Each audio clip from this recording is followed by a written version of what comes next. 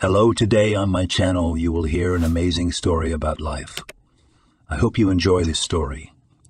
This one struck me to the core. Honestly, I still can't forget it. Enjoy watching. Hello, Emily. Are you alone again today? Jennifer Johnson smiled. Uncle Kevin brought me, she shrugged. You're only 10, and you're so independent already, Jennifer Johnson shook her head approvingly. We don't live with Daddy. He does not always have time to drive me, because he works a lot. But he's a good man, said the girl.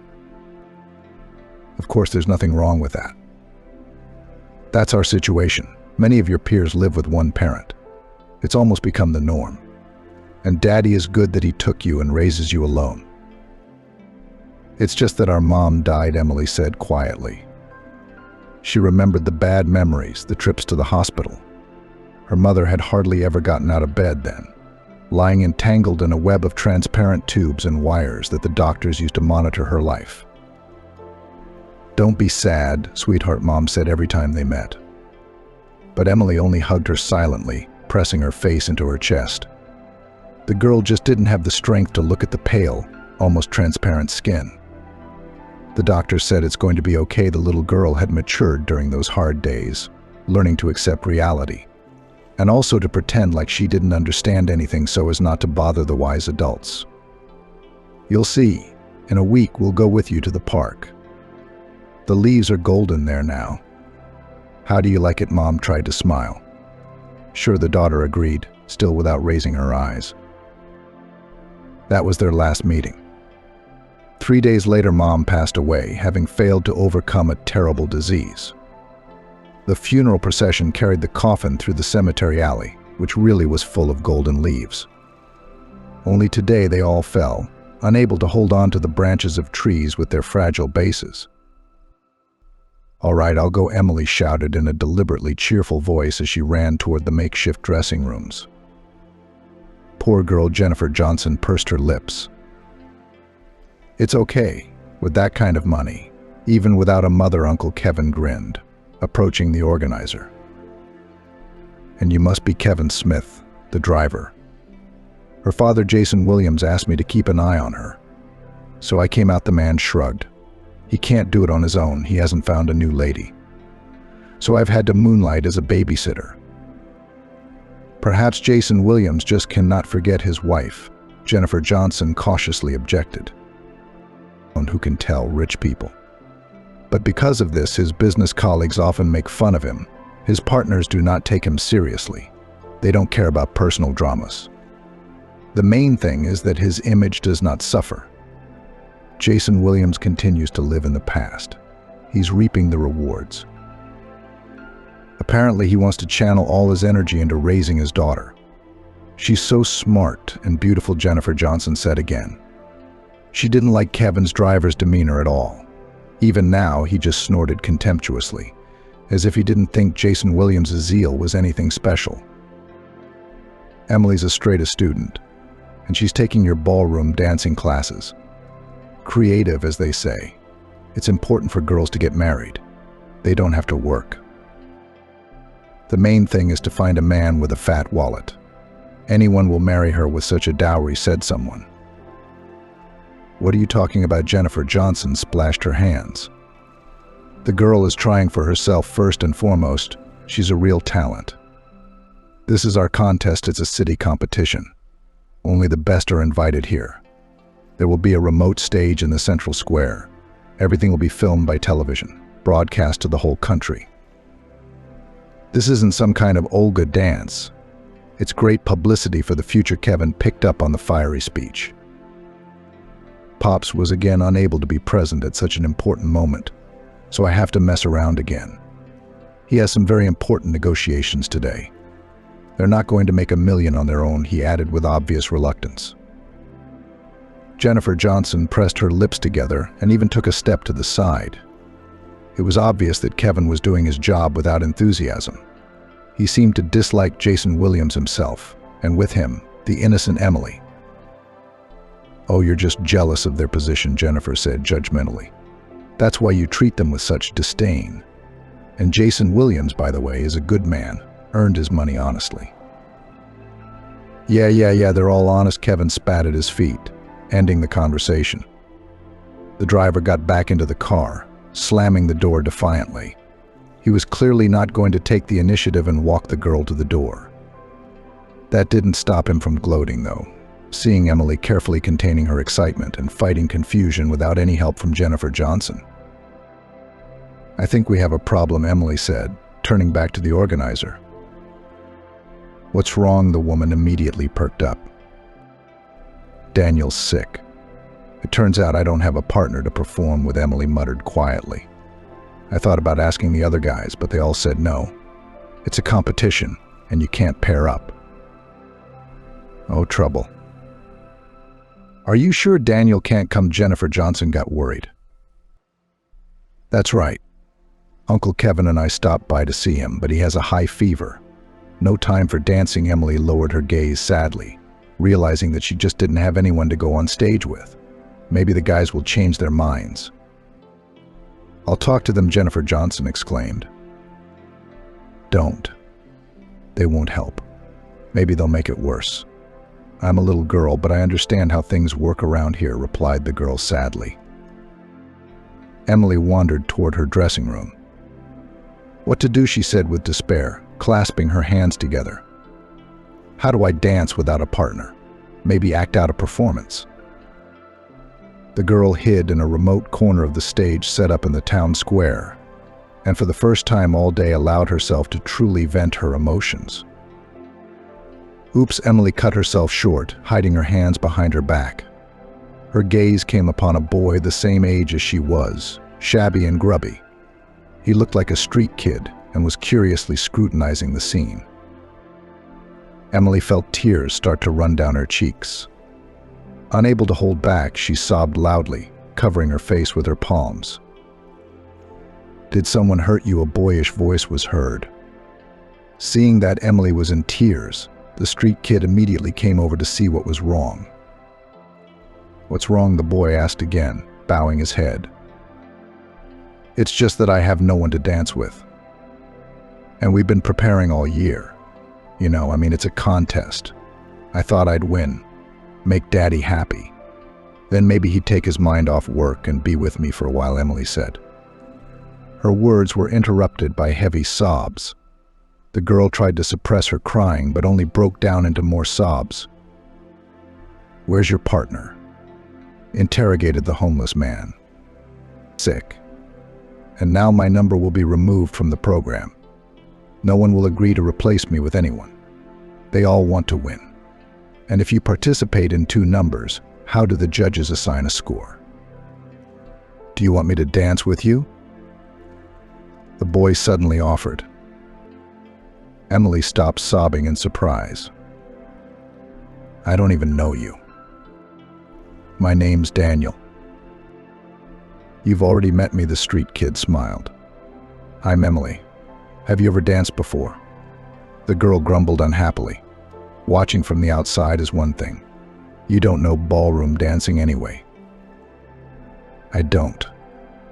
Of course I do, Daniel said confidently. My mom's a good dancer. She taught me everything. But now she's sick and can't watch me anymore.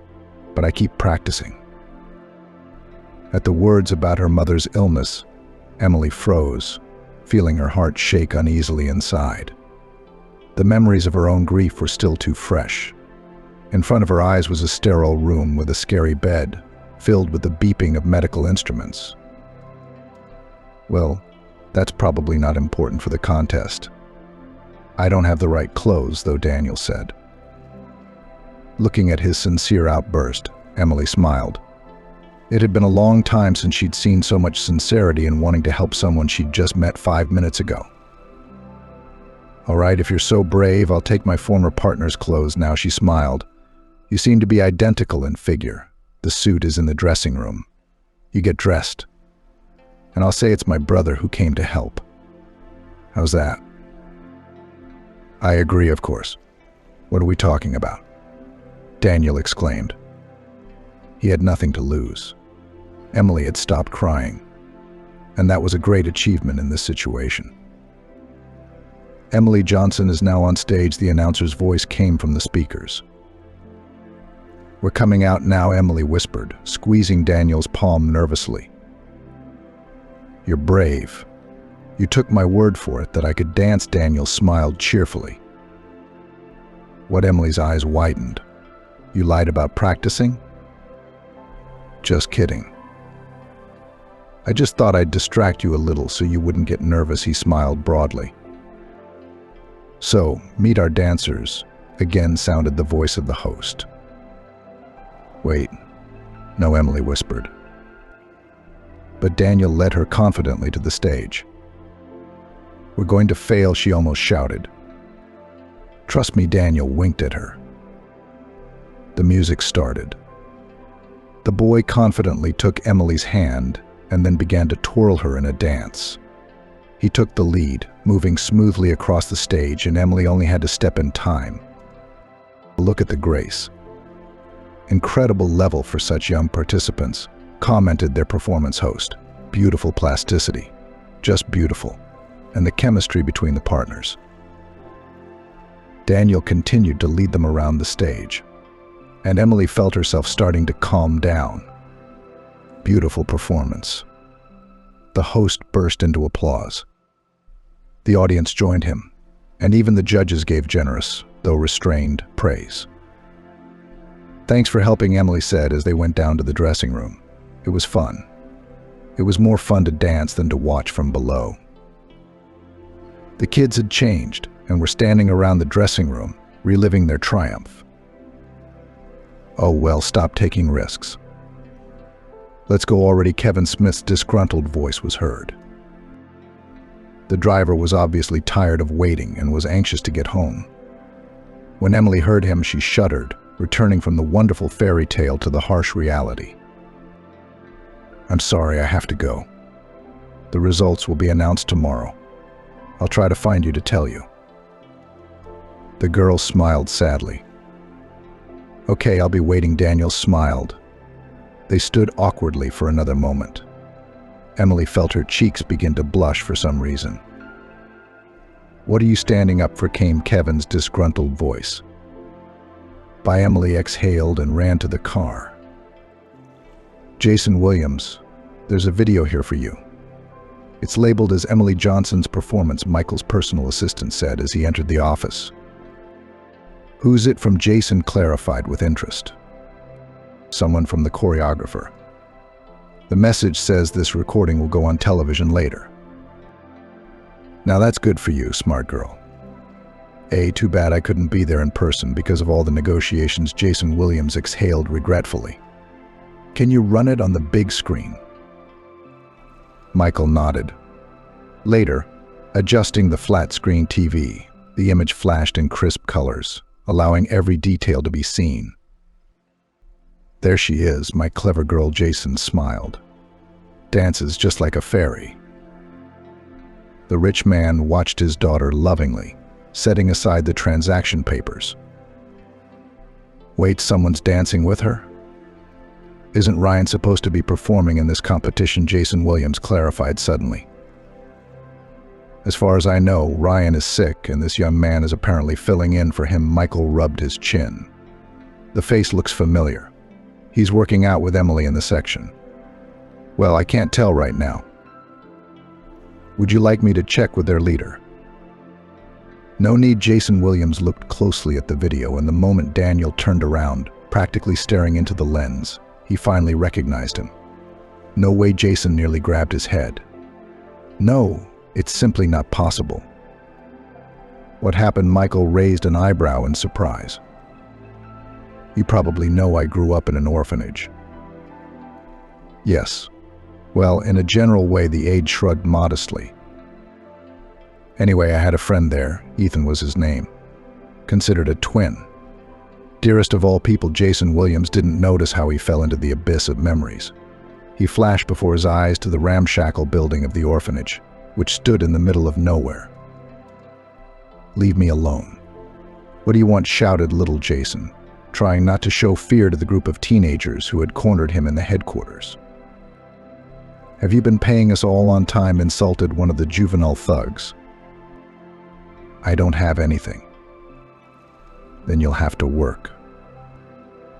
Like everyone else, I won't steal. Jason knew that many of the orphanage kids went to the local market to steal food or money to pay off the gang.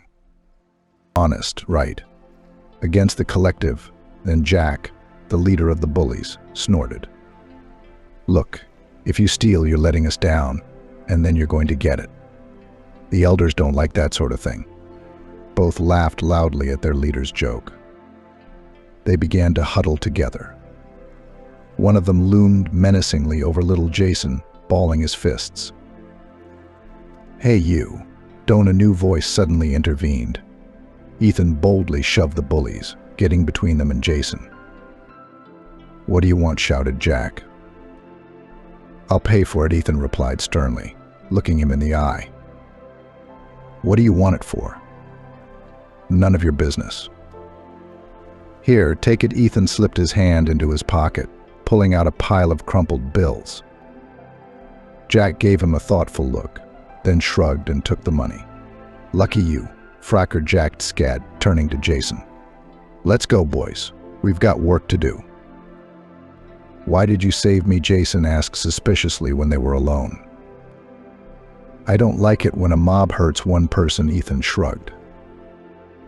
Were you close friends? Michael's voice brought the man out of his trance. Yeah, like siblings. Almost family. Jason Williams shook his head. So this boy here is an exact replica of Ethan as he was when he was a kid. I don't think it's a coincidence. Michael squinted. Maybe his son. I don't know. To be honest, after the orphanage, our paths diverged. Yeah, so much so that we ended up on opposite sides. That's sad. Jason sighed. You haven't tried to find him? Tried. When the money came in, I made inquiries, but I never found any trace of Ethan, like he'd vanished into thin air. I thought for sure he was dead. But maybe he changed his name to get rid of his past. Some orphans do that when they get married, Michael said. Maybe you're right. I didn't think of that. Jason Williams apologized. If you want, we'll find the kid. Yeah, and we'll ask. I don't know if I should. Maybe I'm wrong, but he looks exactly like Ethan from when he was a kid. It's creepy. Jason shrugged. It's like stepping back in time. Emily, hi, my good girl. The father smiled, greeting his daughter on the doorstep. Hi, Daddy. The girl ran up excitedly and then jumped into his arms. Kevin flashed them a disgruntled look and went to pull the car into the garage. You were dancing so well. Jason smiled. Did you see it? Yeah, they sent me the tape. I'm sorry I couldn't make it. That's okay, her daughter exhaled quietly, snuggling up against him. Only in his arms did she feel as peaceful as she did on stage during a dance. In these moments, the entire outside world receded, ceasing to remind her of the harshness of life. Listen, who did you perform with tonight? Jason Williams asked cautiously. And this is Daniel.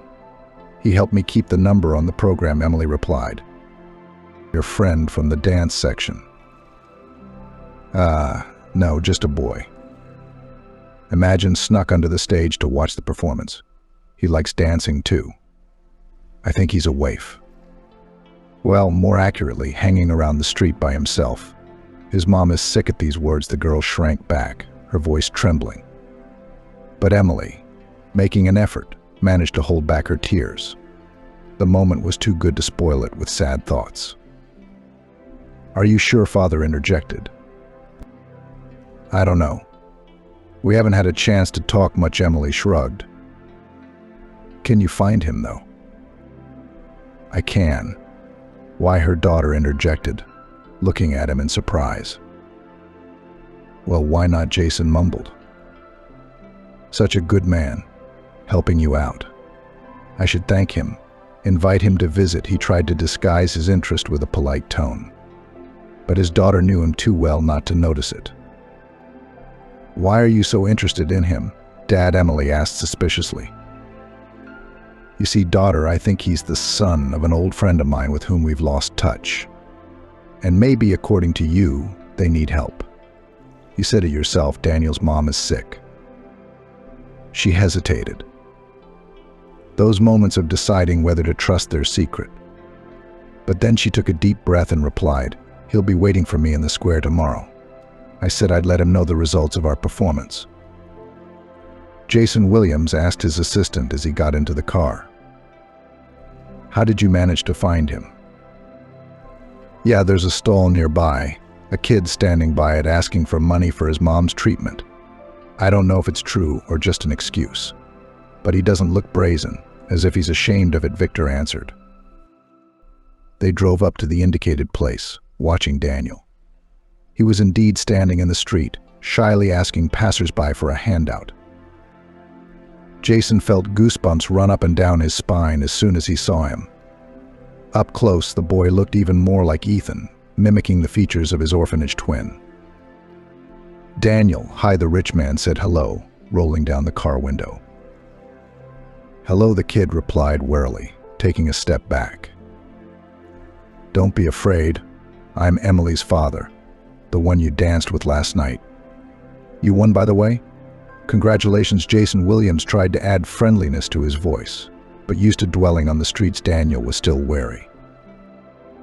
He even took a few more steps back, ready to run away from the suspicious stranger. "Do you look like your father? We were friends with him when we were your age ourselves," Jason kept trying.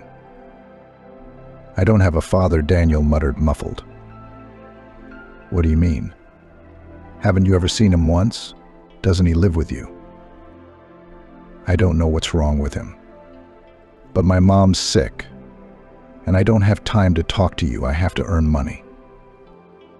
Begging Jason raised an eyebrow skeptically. Daniel tensed immediately, tucking his hands into his pockets. The tips of the boy's ears reddened. He shrank back somehow, looking even more like a hedgehog. "I'm not judging.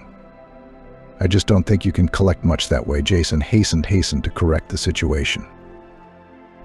"They won't hire me for a real job.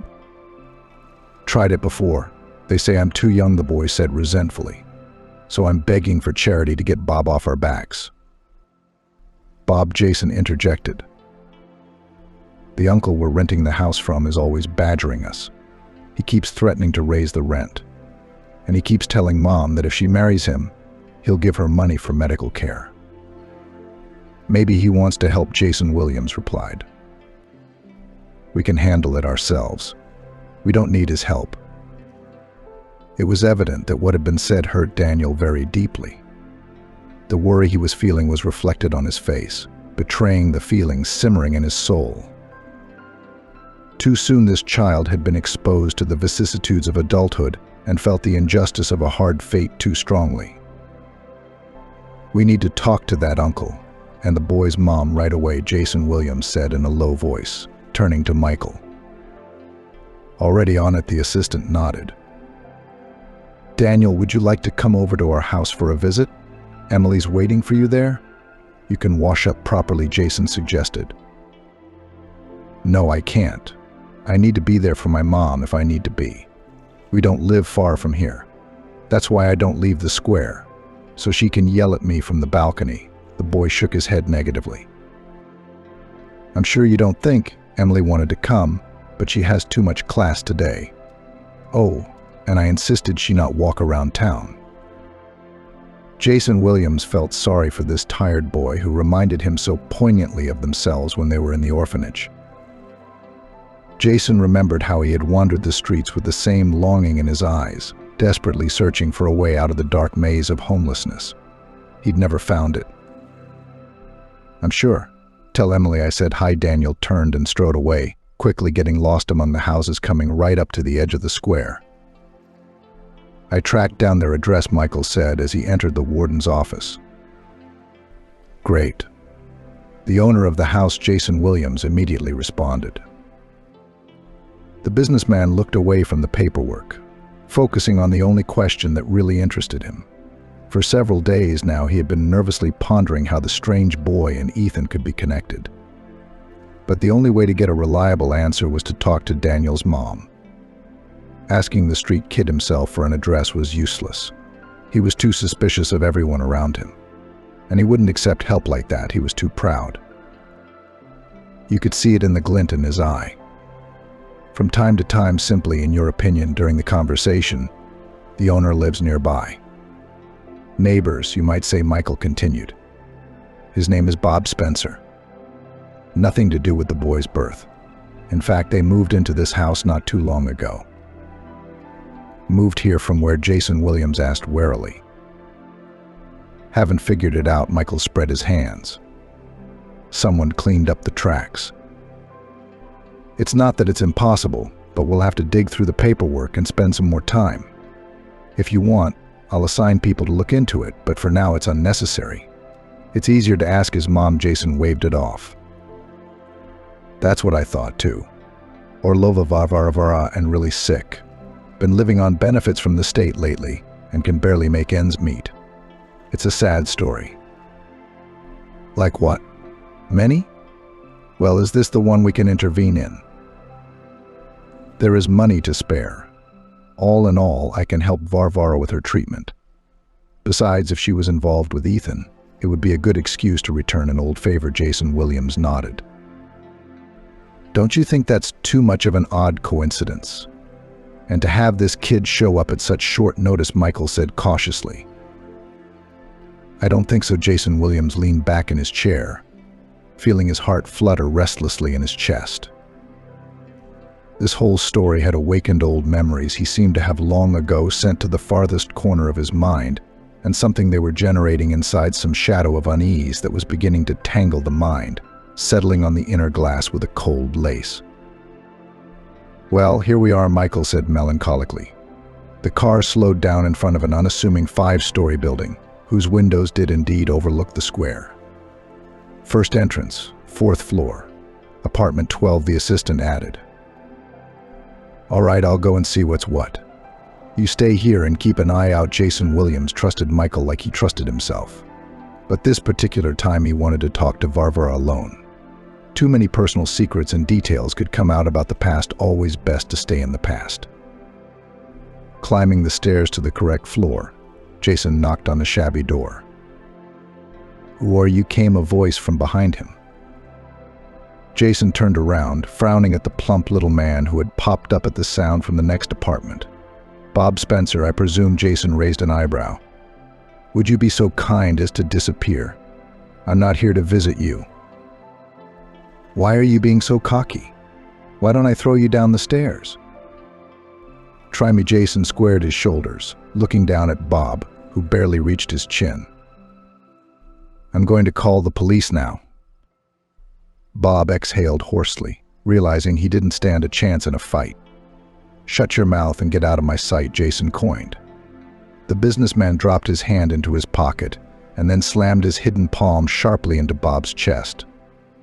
The man staggered from the impact, exhaled convulsively, and then watched several large bills fall to the floor with the rustle.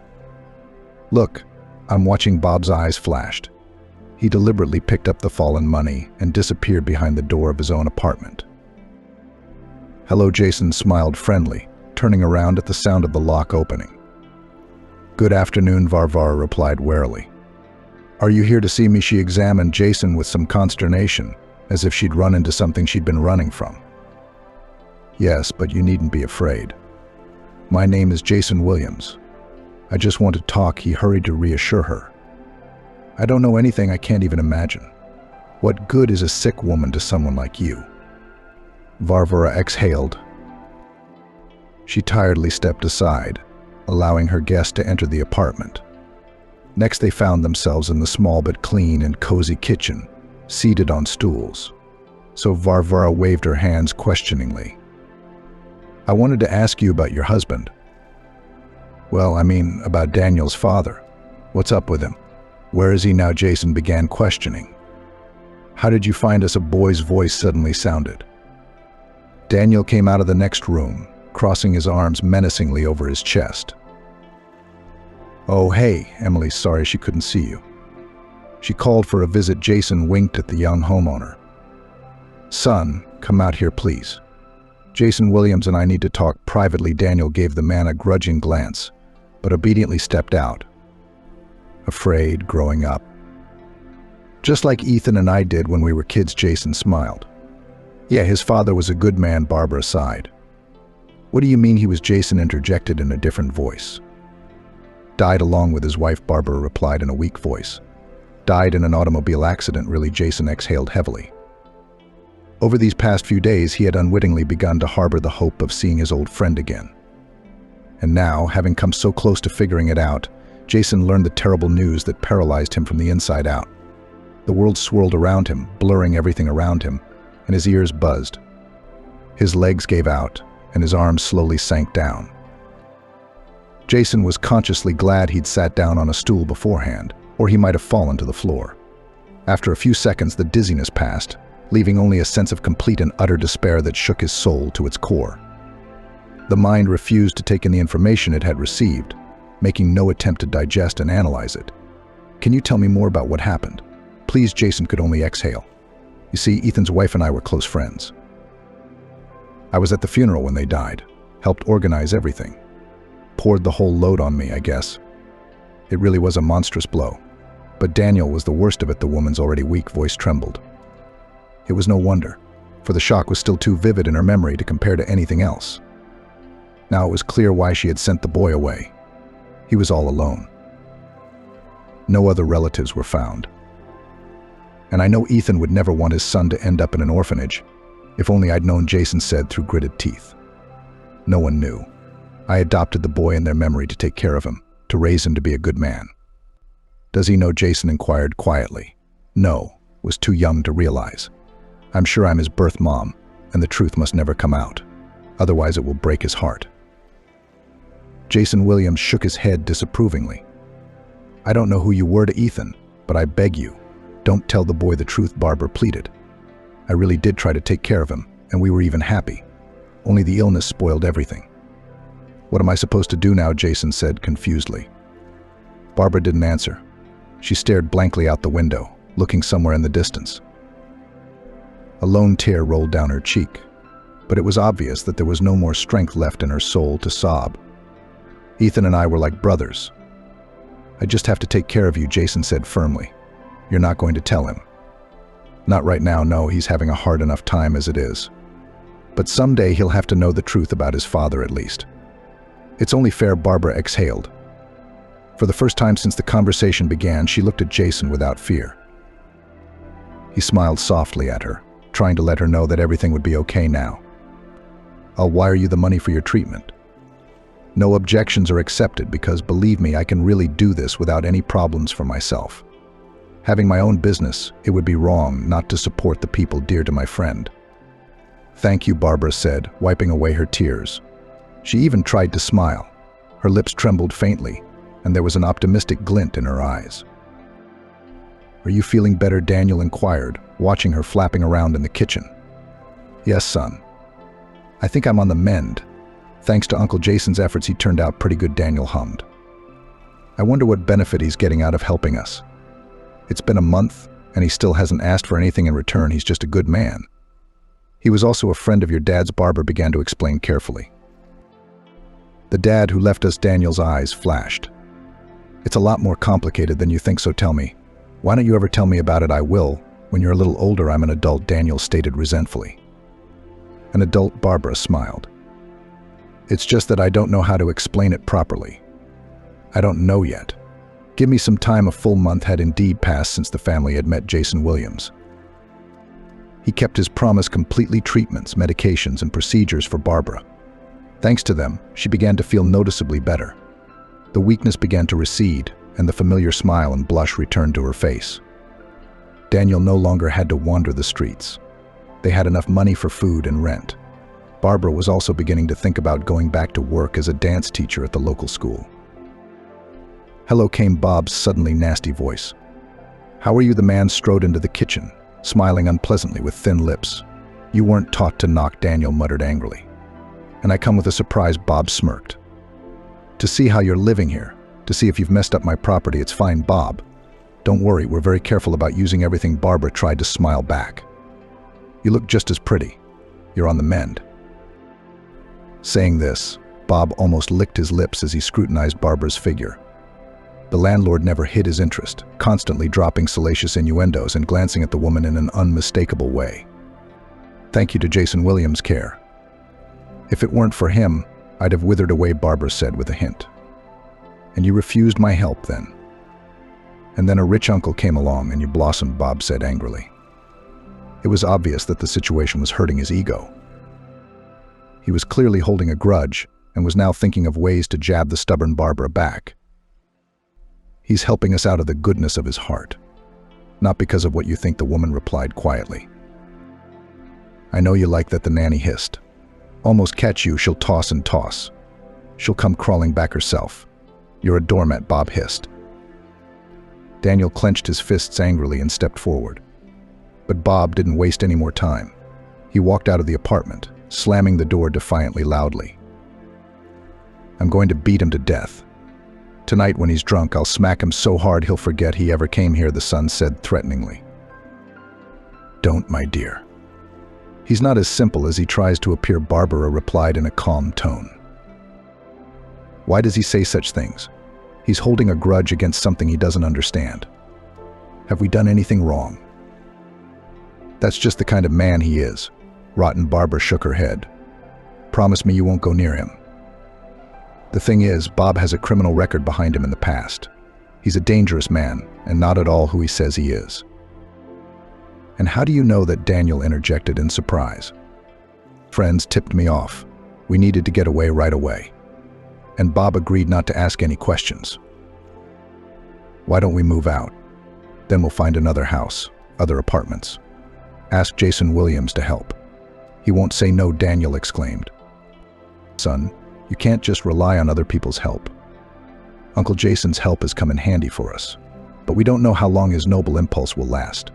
We have to think about the future and use our own resources, Barbara said firmly. Fine, then I'll earn my own money, Daniel gritted his teeth. You don't have to beg again. You need to go to school, get an education like all normal kids. Otherwise, you'll just be wandering the streets. You promised you wouldn't beg again. Okay, I won't.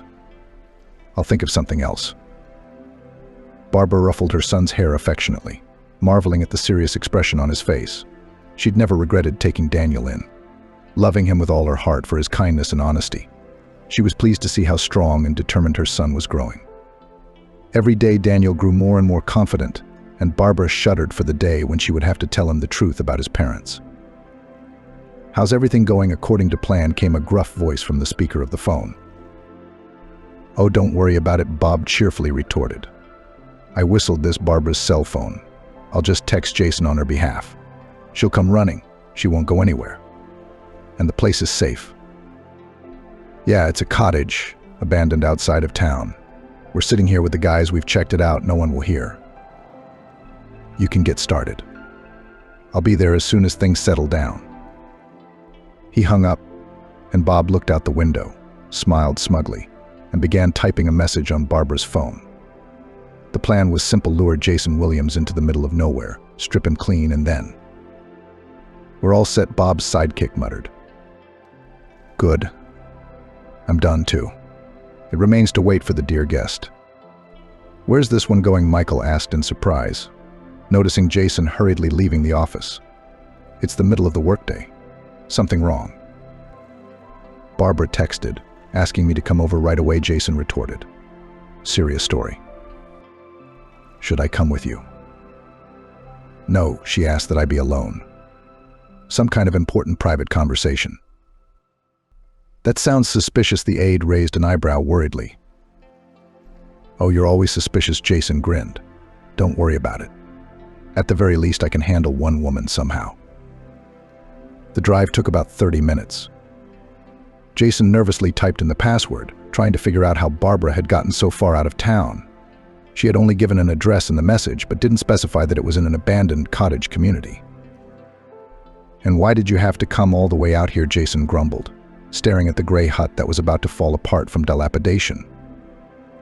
Thinking nothing of it, he stepped onto the tiled lot. Hello, hero, came the voice of Bob the Bandit.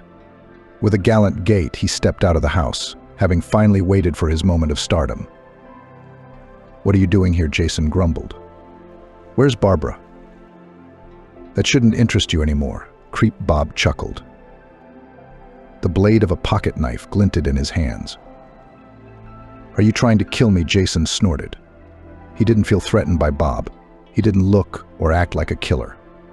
He looked and acted less like a killer, more like he wanted to scare than do any real harm. The two men met eyes, and it was clear that such tricks didn't work on Jason. "That's a lot of scrubbing to do," Bob spat under his feet. "Guys, get busy." Jason glanced glumly at the door of the hut, where two stout men appeared. They weren't being ostentatious.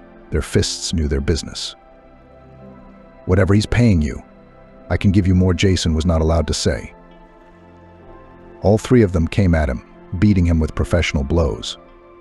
Jason only had time to cover his head with his hands before he collapsed in a hail of blows, shaking in pain.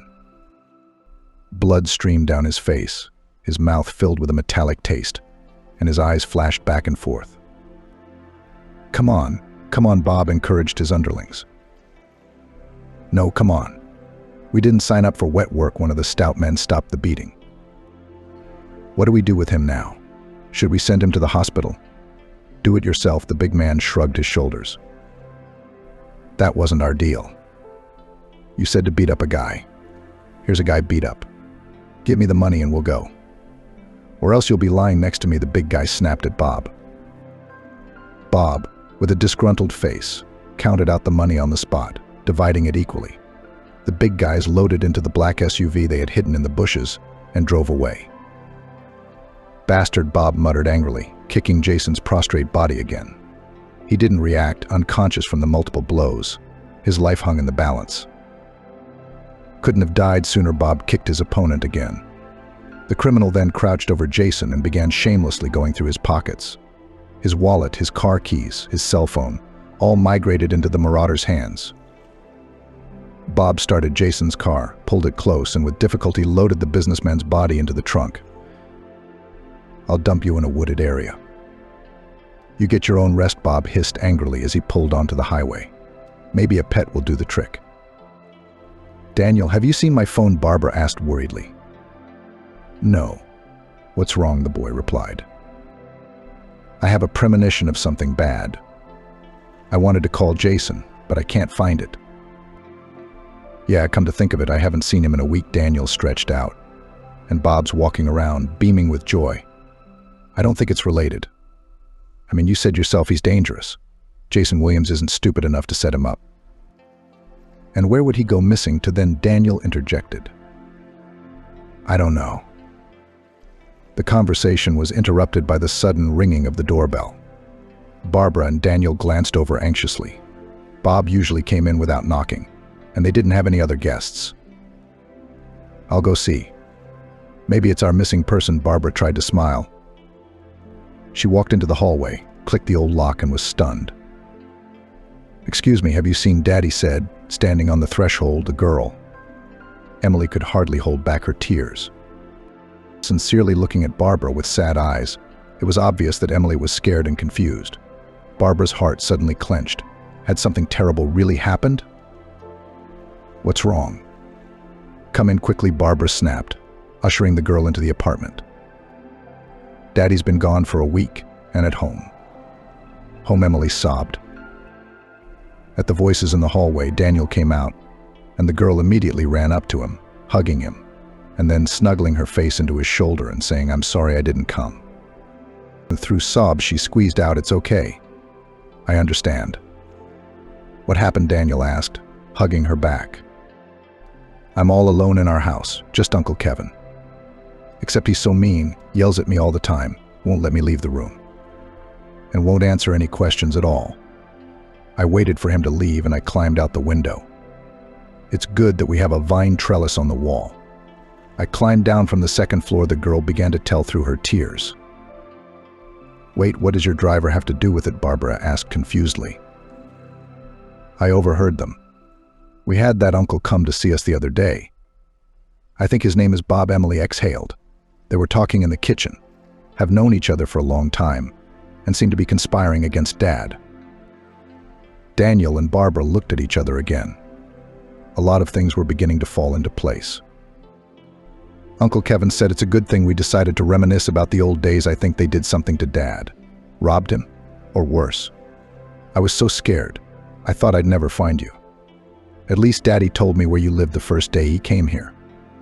Emily finally burst into tears, unable to say another word. Now. You're safe now, Barbara said, stroking the little girl's hair. We won't let you get hurt. Yes, I'll protect you both now, Daniel said firmly. And we'll find your daddy. He's bound to pull through. You'll see. All three of them pressed against each other, trying to share the warmth of their hearts. There was no one else who could shield them from the dangerous world. That meant they could only rely on themselves. If anything was going to happen to them, it would be together. That's the way it should be. After a while, Emily let Daniel go, and they went into the kitchen together. The girl's face was red from crying, but at least she had stopped shaking now, fearing for her life. So this is how victimhood feels, Jason Williams exhaled hoarsely. He had woken up in the middle of some woods and had been wandering for hours. He could hear the sound of a highway in the distance, and he believed that one day he would be able to get there. His strength was almost gone. Jason didn't know how much time had passed, what day of the week it was. His last memory was Bob's angry face, giving orders to his goons. Finally, the trees parted, revealing the long-awaited road before Jason's eyes. He used the last of his strength to get to the curb, then collapsed to the pavement. A car seemed to be slowing down somewhere nearby, but he just didn't have the strength to look in the right direction. Man, are you all right? Can I help you? The woman's voice came through absorbent cotton. Jason concentrated, trying to push the words through his cramped throat, but all he managed to get out was a stifled sob. Local drunk. Let's go. Why bother with him? Came another voice, apparently belonging to the driver. What a drunkard. Look how expensive his suit is, and his shoes. He's all beaten up and bloody. Looks like he's been robbed. We've got to help him. Oh, okay, let's just get him to the hospital. He can take it from here. We've got a lot to do, too. It's okay, Emily, you can stay with us as long as you need to, Barbara said affectionately, stroking the girl's hair. She only sighed sadly, tucking her legs under her and hugging her knees. Have you heard anything about Daddy? Emily asked. No, but I've already gone to the police and filed a missing persons report. They'll find him soon. The doorbell rang suddenly. Barbara instantly tensed, automatically expecting the worst. Who is it? She asked, stepping out into the hallway. Hello, my name is Michael. I'm Jason Williams' assistant, came a voice from behind the door. How can you prove it? Well, I can show you my passport and employment record. Barbara mentally berated herself for the stupid question and cautiously opened the door. Behind her stood a young man in a business suit with a rectangular laptop bag over his shoulder and a professional smile on his lips. Thank you for taking Emily and Michael said.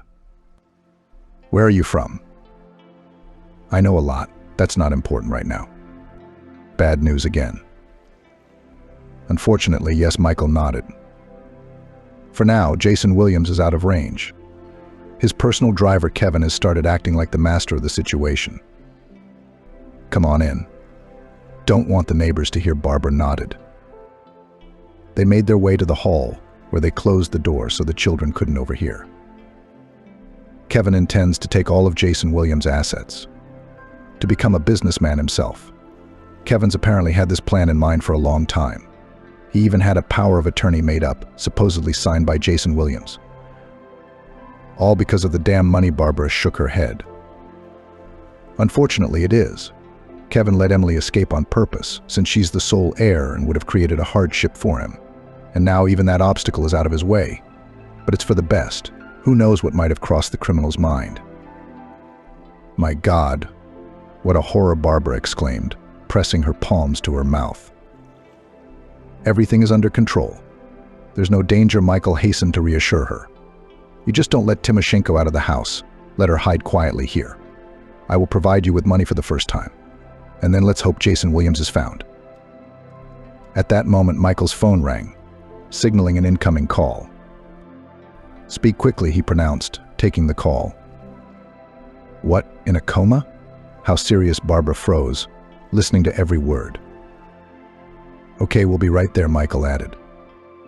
What happened? Jason Williams has been found. He's in intensive care right now. His condition is serious, but he's breathing for now, Michael answered quickly. I'm on my way to the hospital. Can I come with you? Of course. We're going to Johnson's. Michael smiled at the nurse at the front desk. He hasn't woken up yet. No visit, she replied glumly. Maybe we can make a deal. Michael lowered his voice and slipped the nurse a large bill. Room number 6, the nurse mumbled in the same disgruntled manner, taking the money. Here it is, Barbara exhaled as they found the right door.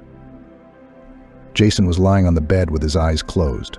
His face and body were covered in black bruises from the beating and fall. Wake up now. You can't leave your daughter, Barbara muttered, falling to her knees beside the bed. She cried, gently wrapping her pale, cold arm around her. It's a good thing Emily stayed home, Michael remarked half-heartedly, looking at Jason regretfully. You don't want to traumatize your psyche with a sight like that. What are you, a robot or something? Why are you reacting so calmly? Barbara couldn't stand it. I just don't see the point in panicking. Going through grief in my own way, Michael shrugged. Several weeks passed. Every day, Barbara came to the hospital to visit Jason. After a while, the stitches and bandages on his body became smaller. The grave grayness had gone from his face, and even his breathing had evened out. However, he still hadn't regained consciousness. Did you bring Emily today? Michael raised his eyebrows in surprise, noticing the girl standing in the distance. Can't keep it from her. Who knows how much time he has left, Barbara said quietly. You may be right. Both Kevin and Bob have put their plan into its final phase. They're ready to sign over the entire estate to themselves now. And it would be nice if Jason Williams would wake up. Okay, I'm off, Barbara exhaled. Daddy, Emily exclaimed, finding herself in the room. The girl froze on the threshold, hesitant to cross the line. Gray walls, squeaking machines, a pile of intertwined wires and tubes. The picture was painfully reminiscent of the same environment that reigned in her mother's room. Daddy, Emily gathered her courage and walked over to the bed, wrapping her slender fingers around Jason's palm. Please don't leave me. You promised you'd always be there for me. You'd always look after me and Mommy. Looking at them, Barbara couldn't hold back the tears. And indeed, how could she not cry? You know, that time with Mommy, I was really scared, the daughter continued quietly. But I couldn't get close to her and call her for real. I won't give up on you. I won't lose you so easily. Emily suddenly got to her feet, climbed onto her father's bed and wrapped her arms around him, resting her cheek against his shoulder. Come back to us, please, the girl whispered. The medical instruments beeped, showing zeros. Jason's eyelids fluttered, and he suddenly opened his eyes. Still weak, with no strength in his arm, he put his arm around his daughter and whispered softly, "Of course I'll be back, sweetheart. I finally have some good news." Michael entered the room. Our opponents have realized they have lost and have retreated, he said. The deputy entered the room where Barbara and Emily, Daniel and a recovering Jason were already sitting. Are they really going to get away with this? The woman wondered. No, of course they won't. The police will bring this investigation to a conclusion. Punish those responsible, Jason replied. So we win? Daniel asked. Of course, Michael nodded affirmatively. Finally, we're going home, aren't we? All together, Emily muttered cheerfully. You can at least tonight. Jason Williams needs to get his strength up, Michael said as he handed Barbara the keys to the mansion. The children began to run around happily, creating a merry bustle. Come on, let's go buy you something. The adults are getting tired of you, Michael said and winked at Barbara. He's a good guy, she said as the door closed behind the assistant. Yeah, if it wasn't for him. How many times could have gone missing already? Jason shook his head. By the way, look, Barbara suddenly loosened the collar of her blouse and pulled it down, revealing a heart-shaped mole located right on her collarbone. Emily has the exact same one on this very spot, doesn't she? Weird, isn't it? She said. Maybe you two are secret relatives, Jason grinned merrily. You should be all jokes. I'll ask Michael to order a DNA test for you. We'll see what the mystery is. There you go, as requested, Michael said, holding out a thick envelope. Look at that. They really are related, Jason replied, puzzled as he read the test results. Aunt and niece. But how is that possible? It's very simple, Michael said with a smug grin. Did you really manage to figure that out? Well, I took the liberty of going to your late wife's parents, the assistant said cautiously, watching Jason's reaction. And what did they say, the businessman prodded. He admitted that they had once used surrogacy services. It wasn't that common in the country back then. Legal rights were not enshrined in any way. Basically a verbal transaction, some woman supposedly sold them her child. But that doesn't explain anything, Jason shook his head. Because you didn't finish listening. That surrogate mother had twins, 2 girls, but not twins. The woman gave one daughter away, kept the other. Basically, you can understand her, she needed the money at the time. In addition, Barbara, who was the abandoned sister, was ill. Funds would have been needed for her treatment. So that's why she reminded me. Yes, and Emily is drawn to her like family, Jason said. It's twists and turns like that. You never know where you'll be surprised. I ended up finding not only a new destiny, but a relative as well. Did you decide to get married after all? Michael clarified melancholically. It's like you're not surprised, Jason snorted. You two are so living together as one close-knit family. The sweet looks you're exchanging with Barbara are just honey, the assistant smiled. A fool would have figured it out by now. And I'm the smart one. Jason only smiled in response. With Barbara and Daniel's arrival, his and Emily's lives had changed. The house was filled with joy, with warm smiles, with the pleasant bustle of a full family. It seemed that nothing could break this fragile happiness, for together they could overcome any obstacle.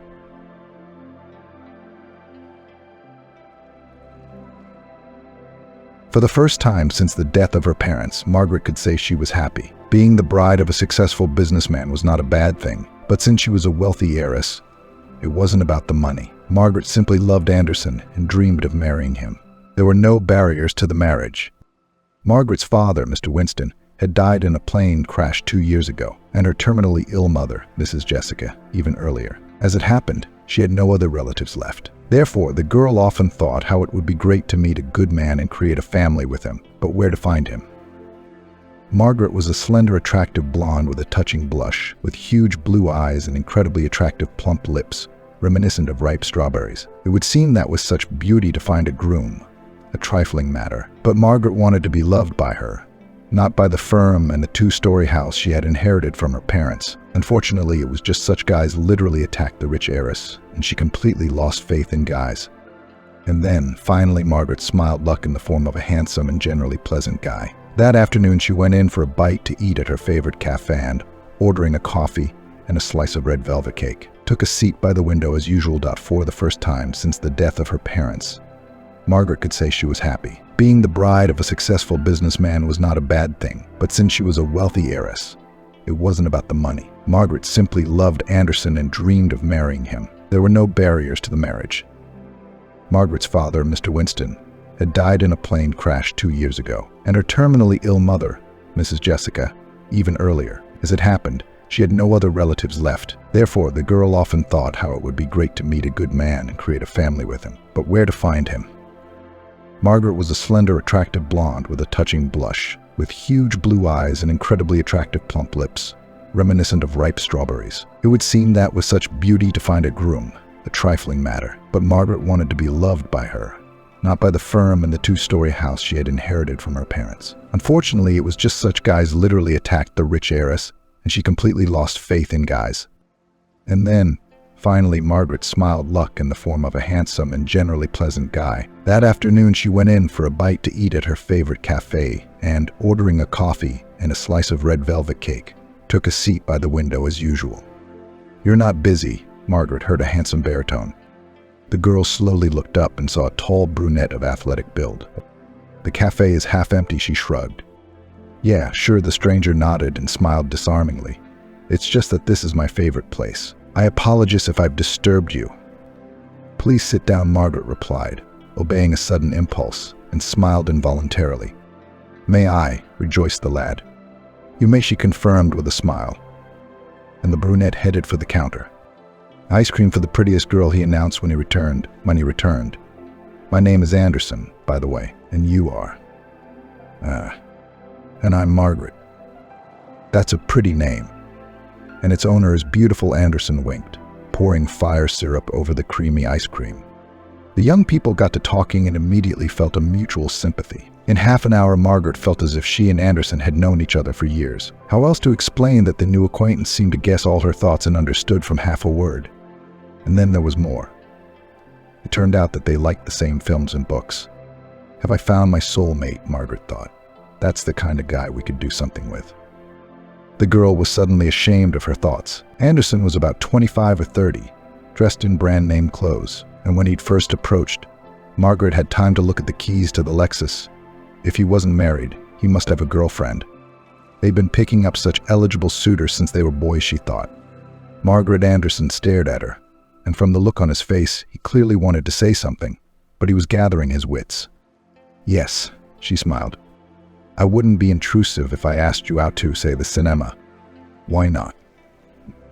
And yes, after the cinema there was a restaurant and a walk through the night city.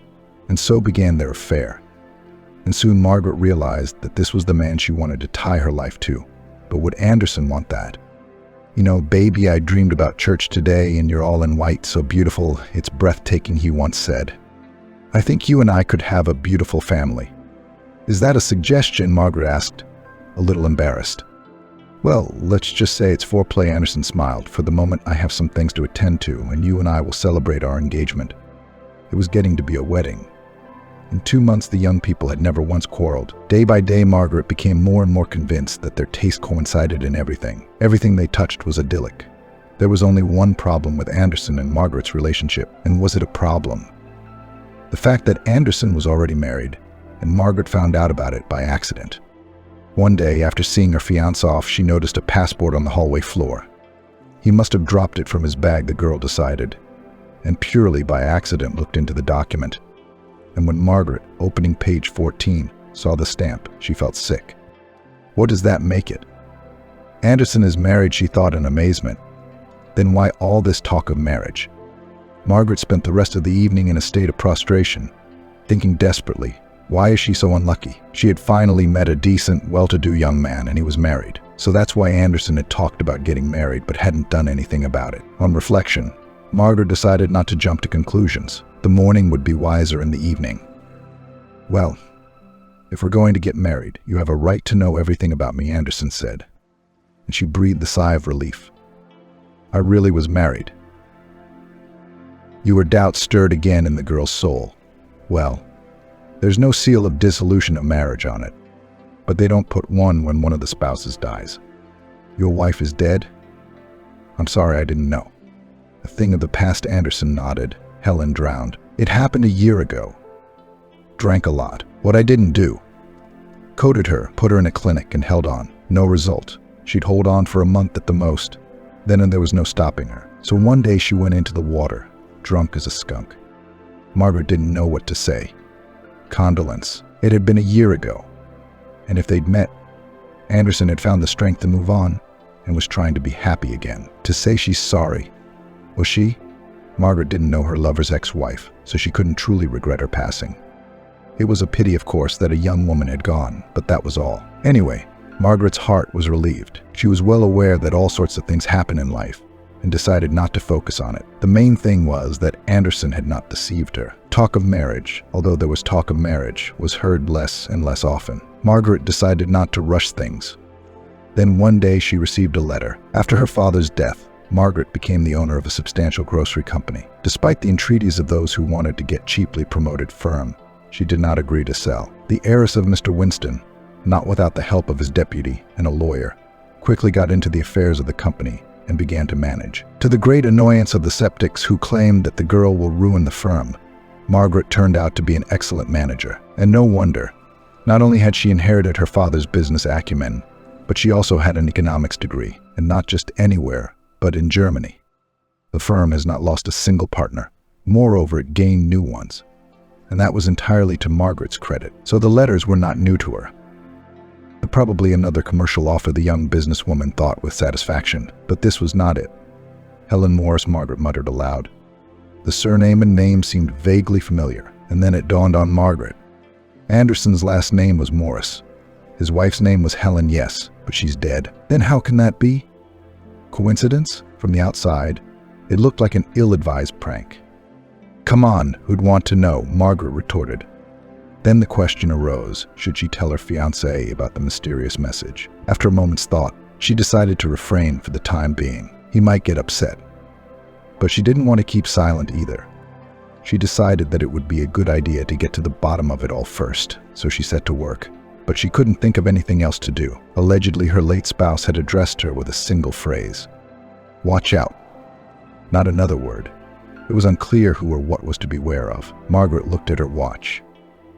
There were 2.5 hours left in the day. No meetings with suppliers or partners were scheduled, so she might as well leave. I'm off, she told the secretary and left the office. Goodbye, Margaret, the secretary replied. Goodbye, she nodded absent-mindedly. Margaret got into her trusty Infiniti and wondered where to begin her investigation. The heiress of the grocery company suddenly imagined herself the protagonist of a detective series, and it must be said, she liked the feeling. Shouldn't I change my line of work? She thought to herself. Margaret's positive attitude led her to think that she should start with the cemetery. She had no idea what she might find there, but something told her it would not be a wasted trip, and so it was. Margaret knew where her predecessor was buried. She'd taken Anderson there a week ago. I want to order a monument for her. I need to estimate the dimensions, the groom explained the purpose of his visit to the cemetery. Once there, Margaret walked briskly to Helen's grave. Nothing horrible was found there. No act of vandalism, which she secretly feared, had taken place. The grave looked exactly as it had last time. But what then? Margaret wondered, and immediately answered her own question.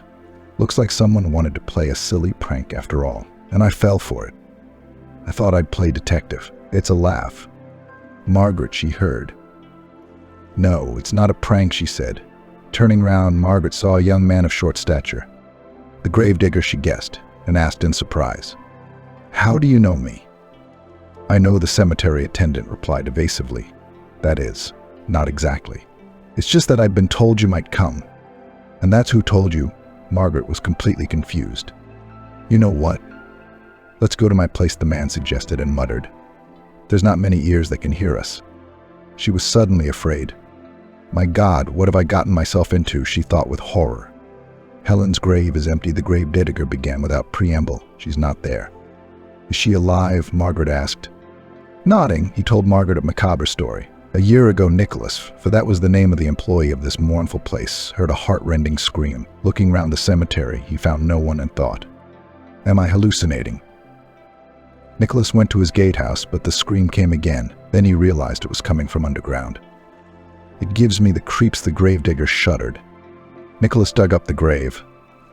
Fortunately, the woman was alive. He picked the poor woman up in his arms, and just in time, Helen fainted.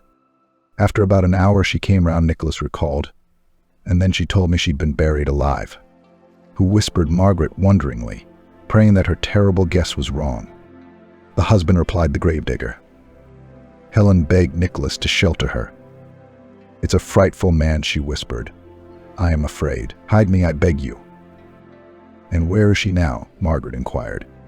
I brought Helen to my place that day, and then we fell in love, married. We're expecting a baby, and all would be fine, but Helen is afraid of her ex-husband. We did some checking and found out that Anderson has a reputation as a black widower. He eliminates brides and then embezzles their property. More like Bluebeard, Margaret said in a trembling voice. It was only a moment later that she realized she was shivering a fine tremor. Yes, indeed, Nicholas nodded. But hasn't anyone reported him?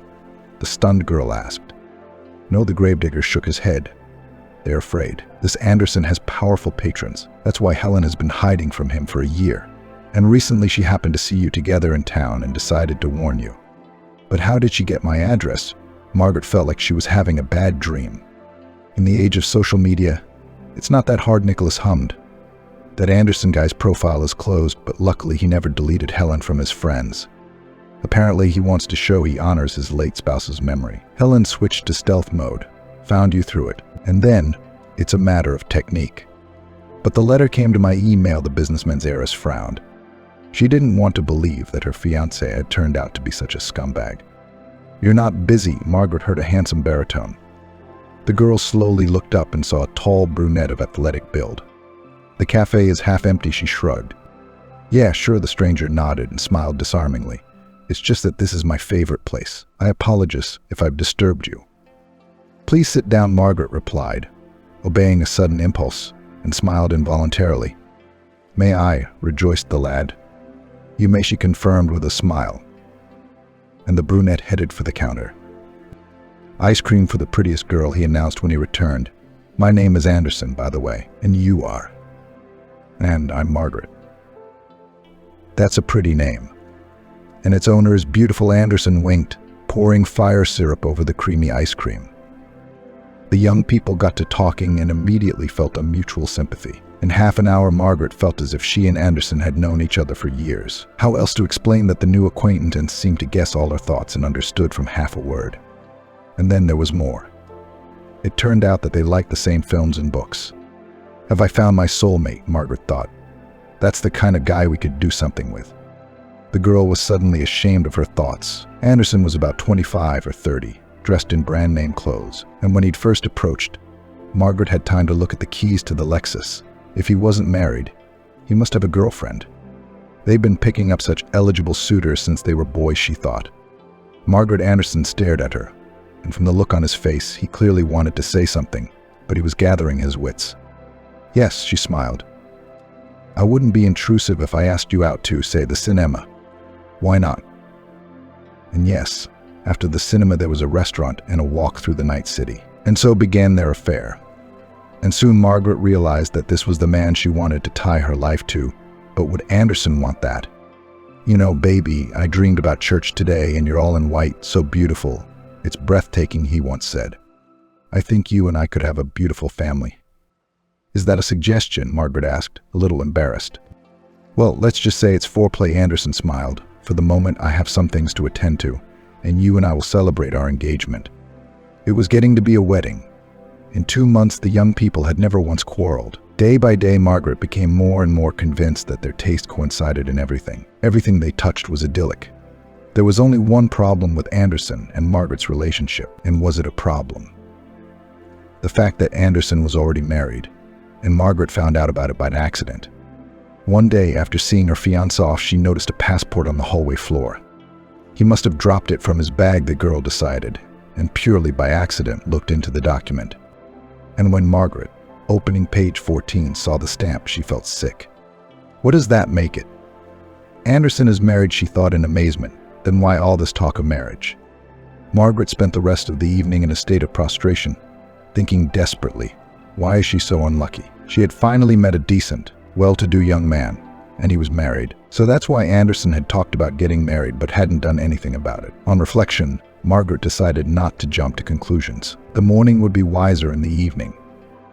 "Well, if we're going to get married, you have a right to know everything about me," Anderson said. And she breathed a sigh of relief. "I really was married." Your doubt stirred again in the girl's soul. "Well, there's no seal of dissolution of marriage on it. But they don't put one when one of the spouses dies." "Your wife is dead?" "I'm sorry, I didn't know." "A thing of the past," Anderson nodded. "Helen drowned. It happened a year ago. Drank a lot. What I didn't do. Coded her, put her in a clinic, and held on. No result. She'd hold on for a month at the most. Then, and there was no stopping her. So one day she went into the water, drunk as a skunk." Margaret didn't know what to say. Condolence. It had been a year ago. And if they'd met, Anderson had found the strength to move on and was trying to be happy again. To say she's sorry, was she? Margaret didn't know her lover's ex-wife, so she couldn't truly regret her passing. It was a pity, of course, that a young woman had gone, but that was all. Anyway, Margaret's heart was relieved. She was well aware that all sorts of things happened in life, and decided not to focus on it. The main thing was that Anderson had not deceived her. Talk of marriage, although there was talk of marriage, was heard less and less often. Margaret decided not to rush things. Then one day she received a letter. After her father's death, Margaret became the owner of a substantial grocery company. Despite the entreaties of those who wanted to get cheaply promoted firm, she did not agree to sell. The heiress of Mr. Winston, not without the help of his deputy and a lawyer, quickly got into the affairs of the company and began to manage. To the great annoyance of the skeptics who claimed that the girl will ruin the firm, Margaret turned out to be an excellent manager, and no wonder. Not only had she inherited her father's business acumen, but she also had an economics degree, and not just anywhere but in Germany. The firm has not lost a single partner. Moreover, it gained new ones. And that was entirely to Margaret's credit, so the letters were not new to her. Probably another commercial offer, the young businesswoman thought with satisfaction. But this was not it. Helen Morris, Margaret muttered aloud. The surname and name seemed vaguely familiar, and then it dawned on Margaret. Anderson's last name was Morris. His wife's name was Helen, yes, but she's dead. Then how can that be? Coincidence? From the outside, it looked like an ill-advised prank. Come on, who'd want to know? Margaret retorted. Then the question arose, should she tell her fiancé about the mysterious message? After a moment's thought, she decided to refrain for the time being. He might get upset. But she didn't want to keep silent either. She decided that it would be a good idea to get to the bottom of it all first, so she set to work. But she couldn't think of anything else to do. Allegedly, her late spouse had addressed her with a single phrase. Watch out. Not another word. It was unclear who or what was to beware of. Margaret looked at her watch. There were 2.5 hours left in the day. No meetings with suppliers or partners were scheduled, so she might as well leave. I'm off, she told the secretary, and left the office. Goodbye, Margaret, the secretary replied. Goodbye, she nodded absent-mindedly. Margaret got into her trusty Infinity and wondered where to begin her investigation. The heiress of the grocery company suddenly imagined herself the protagonist of a detective series, and it must be said, she liked the feeling. Shouldn't I change my line of work? She thought to herself. Margaret's positive attitude led her to think that she should start with the cemetery. She had no idea what she might find there, but something told her it would not be a wasted trip, and so it was. Margaret knew where her predecessor was buried. She'd taken Anderson there a week ago. I want to order a monument for her. I need to estimate the dimensions. The groom explained the purpose of his visit to the cemetery. Once there, Margaret walked briskly to Helen's grave. Nothing horrible was found there. No act of vandalism, which she secretly feared, had taken place. The grave looked exactly as it had last time. But what then? Margaret wondered, and immediately answered her own question. Looks like someone wanted to play a silly prank after all, and I fell for it. I thought I'd play detective. It's a laugh. Margaret, she heard. No, it's not a prank, she said. Turning round, Margaret saw a young man of short stature. The gravedigger, she guessed, and asked in surprise. How do you know me? I know the cemetery attendant, replied evasively. That is, not exactly. It's just that I've been told you might come. And that's who told you. Margaret was completely confused. You know what? Let's go to my place, the man suggested and muttered. There's not many ears that can hear us. She was suddenly afraid. My God, what have I gotten myself into? She thought with horror. Helen's grave is empty, the gravedigger began without preamble. She's not there. Is she alive? Margaret asked. Nodding, he told Margaret a macabre story. A year ago, Nicholas, for that was the name of the employee of this mournful place, heard a heart-rending scream. Looking round the cemetery, he found no one and thought, am I hallucinating? Nicholas went to his gatehouse, but the scream came again. Then he realized it was coming from underground. It gives me the creeps, the gravedigger shuddered.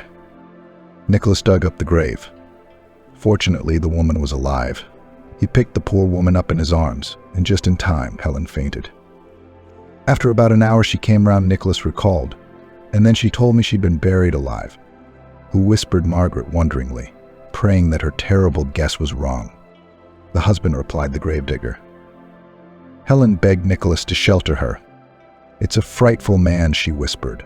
I am afraid. Hide me, I beg you. And where is she now? Margaret inquired.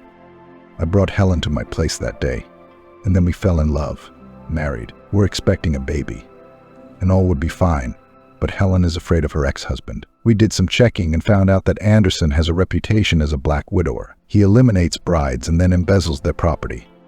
More like Bluebeard, Margaret said in a trembling voice. It was only a moment later that she realized she was shivering a fine tremor.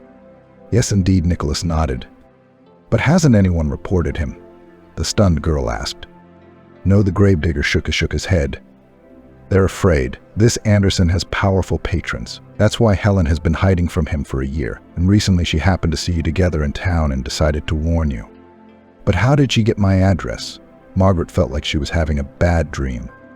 In the age of social media, it's not that hard, Nicholas hummed. That Anderson guy's profile is closed, but luckily he never deleted Helen from his friends. Apparently he wants to show he honors his late spouse's memory. Helen switched to stealth mode.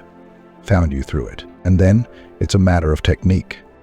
But the letter came to my email, the businessman's heiress frowned. She didn't want to believe that her fiancé had turned out to be such a scumbag. You know, Margaret, the gravedigger smiled as he looked out the window. You're about to hear it all firsthand.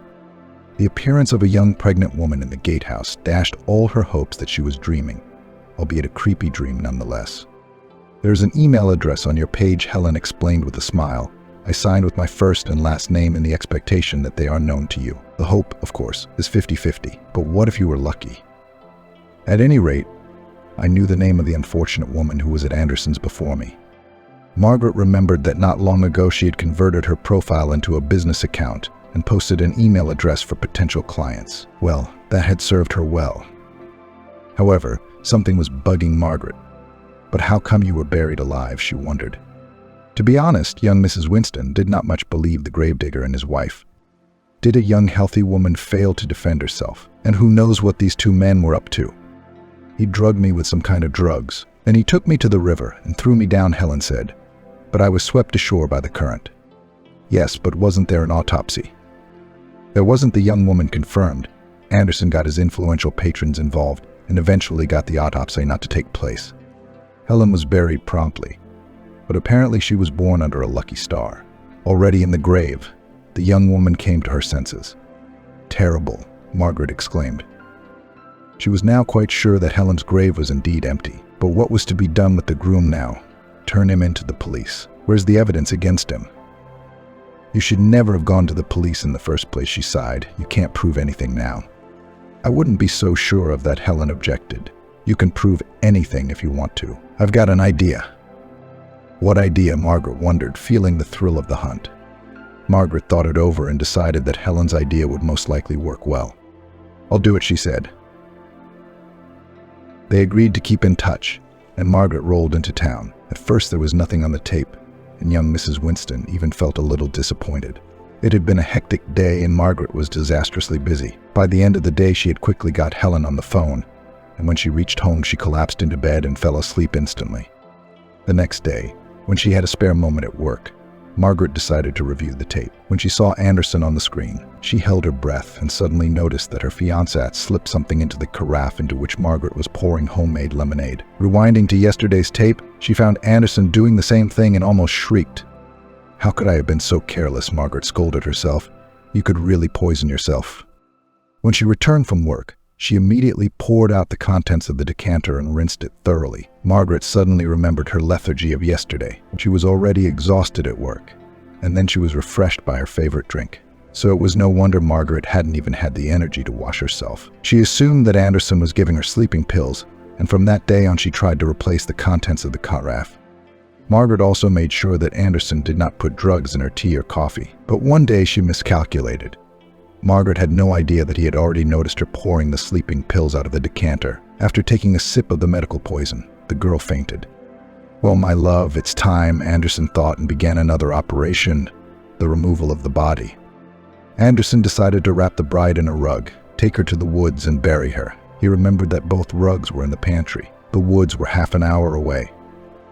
The serial killer groom thought it would be a good idea to have a hearty meal, so he went to the kitchen. He was devouring the scrambled eggs with gusto when suddenly the bride's mobile phone rang. That's the last thing I need, Anderson thought with annoyance, and considered it a good idea to answer it. He would say that Margaret had gone for a walk and forgotten her phone, but the receiver was silent. It must be said that Anderson had already changed his mind about getting married. There was no need for it. After all, he had already seized everything that belonged to the bride. The lawyer had never let him down. Hearing her ex-husband's voice, Helen became alarmed. They had called Margaret every day in the morning, but the time was approaching nightfall, and there was no word from the girl. It seems Margaret has had a drink with sleeping pills in it. Helen shared her apprehension with Nicholas. Looks like it, her husband agreed. Well, we should call the police. The police arrived just in time as Anderson, though panting, transported a heavy rug from the pantry. The pantry was a small outbuilding adjacent to the mansion, so it was impossible to get into the house undetected. Anderson Morris asked a brawny big man with a bushy mustache. The criminal was confused, but to his credit, he managed to pull himself together. "Yes, that's me," Anderson confirmed. "To what do I owe the honor? Will you let me into the house?" "Of course, come in quietly." And he said to himself, "You're not doing anything objectionable, are you?" The policeman entered the house and immediately found the woman insensible. "What's wrong with her?" asked another policeman, a short, overweight man. "So she's dead," Anderson muttered confusedly, realizing the situation was getting out of hand. "How did they get here?" he puzzled. A mustachioed big man approached Margaret and, after feeling for a pulse, immediately refuted Anderson's words. "Alive, but unconscious," he said. "Nicholson, call an ambulance." "Really alive?" Anderson declared. "And she'll be saved." "Really?" "Really," the second employee nodded, much to your great regret. "Why, unfortunately?" "You know better," he grinned, squinted, and asked, "If you thought the woman was dead, why didn't you inform us and call an ambulance?" "Well, I was just about to," Anderson mumbled. "Really? Why did you bring the rug?" "Well, I wanted to make a bed." "Can't you do that in the summer?" The mustached man snorted incredulously. "Why should the woman die? And, by the way, who is she to you?" "Listen, you," Anderson exclaimed, gathering his wits. "I will answer only in the presence of a lawyer." "Well, that's your right. Come with us. You'll have a lawyer." A third policeman entered the house. "The witnesses have arrived," he reported to Black, from which Anderson deduced that he was in charge. The policeman found a camera in the house and, without wasting time, examined the video footage. "Well, it's pretty clear," the senior police officer concluded. Anderson was given 25 years in a high-security penal colony. It turned out that he had several other deaths and other scams on him. "Somebody's less lucky than you and me," Helen remarked as the women left the courthouse. "That's right," Margaret sighed. It would seem that justice had been done and that she should rejoice. But then why did it feel so heavy on her soul? Margaret's mood did not escape Helen's eyes. "What's the matter with you?" she asked. "No, nothing." In fact, at that moment the girl was feeling incredibly disappointed. The man she loved had turned out to be a murderer. Moreover, Anderson wanted to do away with her, as he had done with 6 women besides Helen. Her mind understood it all, but her heart refused to understand or accept it. "Margaret, I have a proposition," Helen said. "Why don't we go to a cafe somewhere? Celebrate, if you don't mind. I'm all for it." "Oh no, guys," Margaret declined. "I've got a lot of work to do, and it needs to be done today by all means. So some other time." "Well, another time then." Margaret didn't really have any urgency. She just wanted to be alone. A month passed. The soul wound was slowly but surely healing, and who knew? Perhaps there would have been no trace of it if it hadn't been for an incident after another hard day's work. Margaret was on her way home from work and walked into the supermarket. Filling her basket to the brim, she made her way to the checkout. "Auntie, can you lend me some money?" Margaret heard her tearful voice say. In front of her stood a skinny boy of about 6 or 7 years old. "Where are your parents?" she asked. "I've only got my daddy. He's ill. He used to work as a loader, but now he can't. He caught a cold in his lungs and I'm hungry. I haven't eaten anything since this morning." "You poor thing," she exclaimed. "Come on, I'll buy you some food. What do you like?" "Pasta," replied the child, "and also buns and sausages." "The task is clear," Margaret nodded with a smile. In addition to pasta, buns and sausages, she bought bread, vegetables, fruit, herbs, cheese, yogurt, juice, and deli meats. "You have so much stuff," exclaimed the boy. "Thank you so much." "You're welcome," Margaret smiled. "Let's go to the pharmacy department. Let's buy your dad some medicine. What's your name, by the way?" "Michael," the child answered timidly. "That's a lovely name," Margaret said as they loaded the groceries into the boot. She commanded the boy, "Get in. I'll drive you home in a breeze." Michael hesitated a bit, but sat down nonetheless. "Where do you live?" she asked. "It's not far." When Margaret entered the flat where Michael lived with his father, she almost lost her senses. The boy's dad looked exactly like Anderson. That can't be, Margaret thought. And then suddenly, with horror, she surmised, has he not escaped from prison? Seeing his son in the company of a beautiful, expensively dressed young woman, the man was surprised. "Dad." "This is Aunt Margaret," Michael said cheerfully. "She sped in ice. Look how many things she bought, and she bought medicine for you too." I could tell by the look in his father's eyes that he was terribly embarrassed. Still, he was forced to accept the help so that the child would not starve. When Margaret was finally convinced that it was no Anderson, there was relief in her heart. "Thank you," the man mumbled embarrassedly and coughed. "Unfortunately, I won't be able to pay you back anytime soon, but when I get back to work." "Oh, please," Margaret waved her hand. "It's a child, after all." "Oh no, I can't do that." All right, she hastened to agree. "We'll talk about it later." "Okay," the man, whose name was Kyle, nodded and suddenly remarked, "You're looking at me kind of weird." "It's just that you remind me of someone," she said, "so I was wondering if maybe you two are related." Excluded, Kyle spread his hands. "I grew up alone in an orphanage." "Well, I see." Margaret nodded, suddenly feeling like she was falling off her feet. "Okay, guys, I've got to go. It was nice meeting you." Likewise, Kyle replied and asked, "How do I find you guys? To get my money back."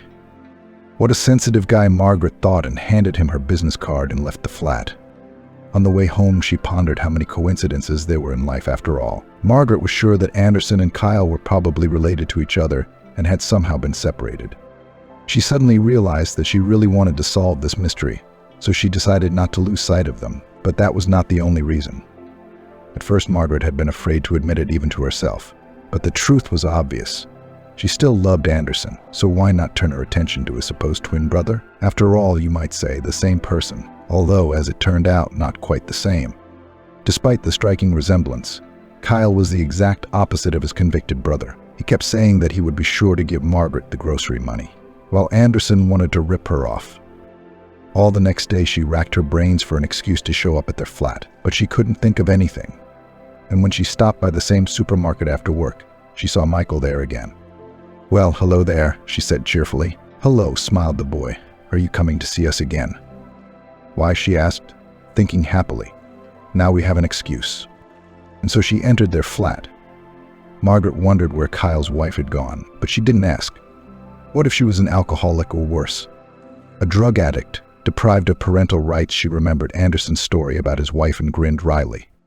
"By the way, I should call Helen." Margaret had invited Mr. Thomas, the best doctor in town, to see Kyle, and he'd recommended a hospital stay. "Is that necessary?" the sick man asked. "You see, I have a son." "At any rate, it is desirable," replied the doctor. And looking at Margaret, he inquired, "Will your spouse not take care of the child?" "My spouse." Kyle stopped talking and nodded. "That's clear. The wife is a businesswoman. No time for a baby." Oh, those modern young families. When Margaret realized that the doctor had mistaken them for husband and wife, she could barely contain her laughter. As for Kyle, he blushed to the roots of his hair, though perhaps it was the hot tea he'd just drunk. "You misunderstand," the patient said. "We're not husband and wife. I'm raising my son alone. My wife died in childbirth." Margaret shamed herself at the thought of her alcoholic wife and hastened to assure him that she would take care of Michael. "We'll go to my place," she told the boy, "to a big house with a pool." "Really?" Michael asked excitedly, and his eyes sparkled. "Really?" Margaret smiled. "Do you really live here?" exclaimed the boy as they pulled up to the mansion. "Yes," just replied the young woman. "And since we're here, I guess we do." "I've only seen houses like this in the cinema," the child said simply. "Are you hungry?" Margaret inquired. "I am," replied Michael maturely. "Am I going to swim in the pool?" "We'll have lunch first, then we'll swim." "As much as your heart desires," she smiled. Margaret suddenly felt like a mum and decided there was something to that feeling. Kyle spent 10 days in the hospital, and the whole time he couldn't stop thinking about the beautiful blonde woman who had suddenly appeared in his and Michael's lives. Margaret was undoubtedly very attractive, slender, blue-eyed, and, it seems, natural blonde could boast not only looks but also intelligence. She was also kind and helpful. "I think about her too much," Kyle decided. Suddenly he realized he was in love. The discovery didn't make him any happier. After all, Kyle couldn't help but realize that he and Margaret were from different worlds. Kyle didn't ask what their new acquaintance did for a living, but judging by the expensive clothes, the keys to the infinity, and the ease with which she spent on groceries and medicine, he assumed she worked for a reputable company. Clearly not a rich slacker living off her parents' money, her husband's money, or a rich lover. One way or another, Kyle wasn't her match, and all he had to do was thank Margaret for all she'd done for them, return the money, and bow out. Yeah, but then there was Michael, who clearly had a crush on her. We'll see, Kyle concluded. And the day she was discharged from the hospital, Margaret arrived. "How's your health?" she asked. And the man sensed that she really cared. "Thank you. Much better." "Well, that's wonderful," the girl replied cheerfully. "Get in. Let's go." "Yeah, I could take the bus," Kyle mumbled hesitantly. "Well," the young woman said with a laugh, "you know my address. Michael's at my place. Let's go. I've ordered a celebratory lunch." "Well, sit down already." "Well, Michael, let's go home," Kyle asked his son after lunch. No, the boy whimpered. "Let's stay here a little longer." "Really," Kyle said the hostess with a smile. "Why don't you really stay? You can even spend the night. There's plenty of room for everyone." "Yes, yes," Michael clapped his hands together. Eventually, Kyle allowed himself to be talked into it. They enjoyed a swim in the pool and, after conferring, went for a walk. "It's beautiful here," Kyle said approvingly, looking out over the cornflower field and the small but picturesque lake. "Yes, it's paradise in the summer," Margaret said proudly. They returned home in the late afternoon. All three of them were hungry, so dinner was finished in a flash. And when Michael, tired from the abundance of impressions, went to bed, the hospitable hostess took out a bottle of old aged wine from the cellar, cut up cheese and fruit, and called Kyle to the terrace. "The heat's finally gone down," Margaret said, settling into an armchair. "It sure has nodded her guest. I wonder sometimes. We wait until summer to complain about the heat later." To complain about the heat, she repeated to herself. And the loader doesn't know those words. "Kyle, what's your education, if it's no secret?" Margaret asked. "I'm an IT guy by training." "An IT guy," she widened her eyes. "And work as a loader." Just like that, Kyle said. "Work's a little tight these days. Sometimes, though, I fix computers' phones." "That's crazy." "Kyle, I want to offer you a job. I'd like to find a position. I don't have one, unfortunately. But managers make good money too." "Your place is where?" he asked, perplexed. "Didn't I tell you? I'm the director of a food company called Smack. Have you heard of it?" "Well, as a matter of fact, I have." Kyle nodded, remembering the business card Margaret had given him on the first day they met. Kyle had slipped it into his pocket and safely forgotten it. "Would you be willing to give it a try?" Margaret asked. "I really appreciate everything, but I can't accept such an offer," he said firmly. "What offer?" exclaimed the businesswoman. "It just seemed to me that the position of manager would appeal to you more than that of loader. But if you don't want it, I won't insist." Sounds like she took offense, Kyle thought, not without surprise, and said out loud, "Okay, let's give it a try."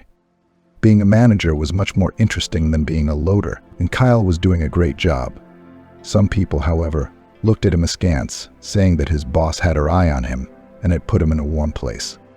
"Never mind," Margaret waved her hand. "I don't mind it anyway. But what if it's true?" she asked quietly. The young people never realized who had made the first move. They kissed passionately and couldn't seem to get enough of each other. That same evening, Kyle and his son moved into Margaret's mansion. "Are we family now?" Michael asked. "And Margaret is going to be my mom." "Well, if she wants to be," replied the father. "Of course she will," muttered the boy with conviction. And Kyle suddenly said, "I'll be right back." "Where are you going?" Margaret wondered. "Wherever I need to go," he replied evasively, and ran out of the house. Kyle returned about 20 minutes later with a bouquet of scarlet roses. When he returned, he asked in a heartfelt voice, "Margaret, will you marry me?" "Yes," she answered without hesitation. "Of course I will." "Yay!" shouted Michael. The news of the impending wedding of the company owner and the new manager spread through the office with lightning speed. "So much for being her second-in-command." Terrence, one of the employees who was secretly sighing for his boss, muttered gloomily. "Is that all that bothers you?" smirked the office manager, Mary, who in turn had a thing for Terrence. Such passions boiled in the office, and the lovers just enjoyed happiness. Together raised Michael and looked forward to the wedding, which was scheduled in 2 months. If something had overshadowed the happiness of Margaret, it is that she still did not dare to tell her lover about Anderson. On the one hand, there was nothing terrible about it. Coincidences can happen in life. But on the other hand, Margaret did not leave the feeling that their family life began with a phi. But no matter how much the rope twisted, there would be an end. One day, coming home from work, Margaret noticed something white in the mailbox. Probably from the IRS, she thought. When she looked at the return address, she felt hot. The letter was from the colony, and there was only one person who could have sent it. Kyle wasn't home. He'd gone to pick up Michael from the preschool swim class. So Margaret was alone. She sat down on the living room couch and hurriedly printed out the message. "Here's admire what you've done, you creature," Anderson wrote. "Do you realize my life is over?" It was as if Margaret was forcing him to run scams and kill poor women. The letter was accompanied by a photograph of the ex-fiancé in a prison robe. Trimmed to the nude, with a cheeky grin, he looked so repulsive that Margaret felt nauseous. Footsteps sounded in the hallway. She barely had time to hide the letter behind the sofa cushions. "Is something wrong?" Kyle asked, noticing the look on his fiancée's face. "Oh no," she shrugged. "Everything's fine." In the evening, Margaret had forgotten all about the letter. The next day was a day off. They wanted to get a good night's sleep. It had been a long week. Michael, on the other hand, got up early and went into the living room to watch television. The boy decided to make himself comfortable and put one of the sofa cushions under his head. Underneath it was an envelope. He twirled it in his hands, and then a picture of his daddy fell out of it. It was a picture of him dressed in some gloomy clothes. Michael had seen that in movies about cops and criminals, and for some reason, Dad was also hairless. "You awake, hero?" Dad asked. "Dad, were you bald?" "I'm bald," marveled Kyle, and his son handed him a photo from the envelope. "Good morning," Margaret chimed in. But when she saw Kyle and Michael's faces, she gloomed. "Who's that?" Kyle asked her. He had a feeling he was about to find out something not too pleasant. That looks like your twin brother. And you've been hiding the fact that I have a brother all this time," the man exclaimed. "I wanted to tell you. I really did," mumbled Margaret, but for some reason you didn't," Kyle huffed. "Somehow," she exclaimed. "Yeah, if I told you why. I'm not sure you'd want to hang out with a brother like that." "Tell me. Or should I rather not?" the groom said reproachfully. "I grew up in an orphanage. I never had any relatives, not even like this, especially since we're talking about twin brothers. Better none than this one."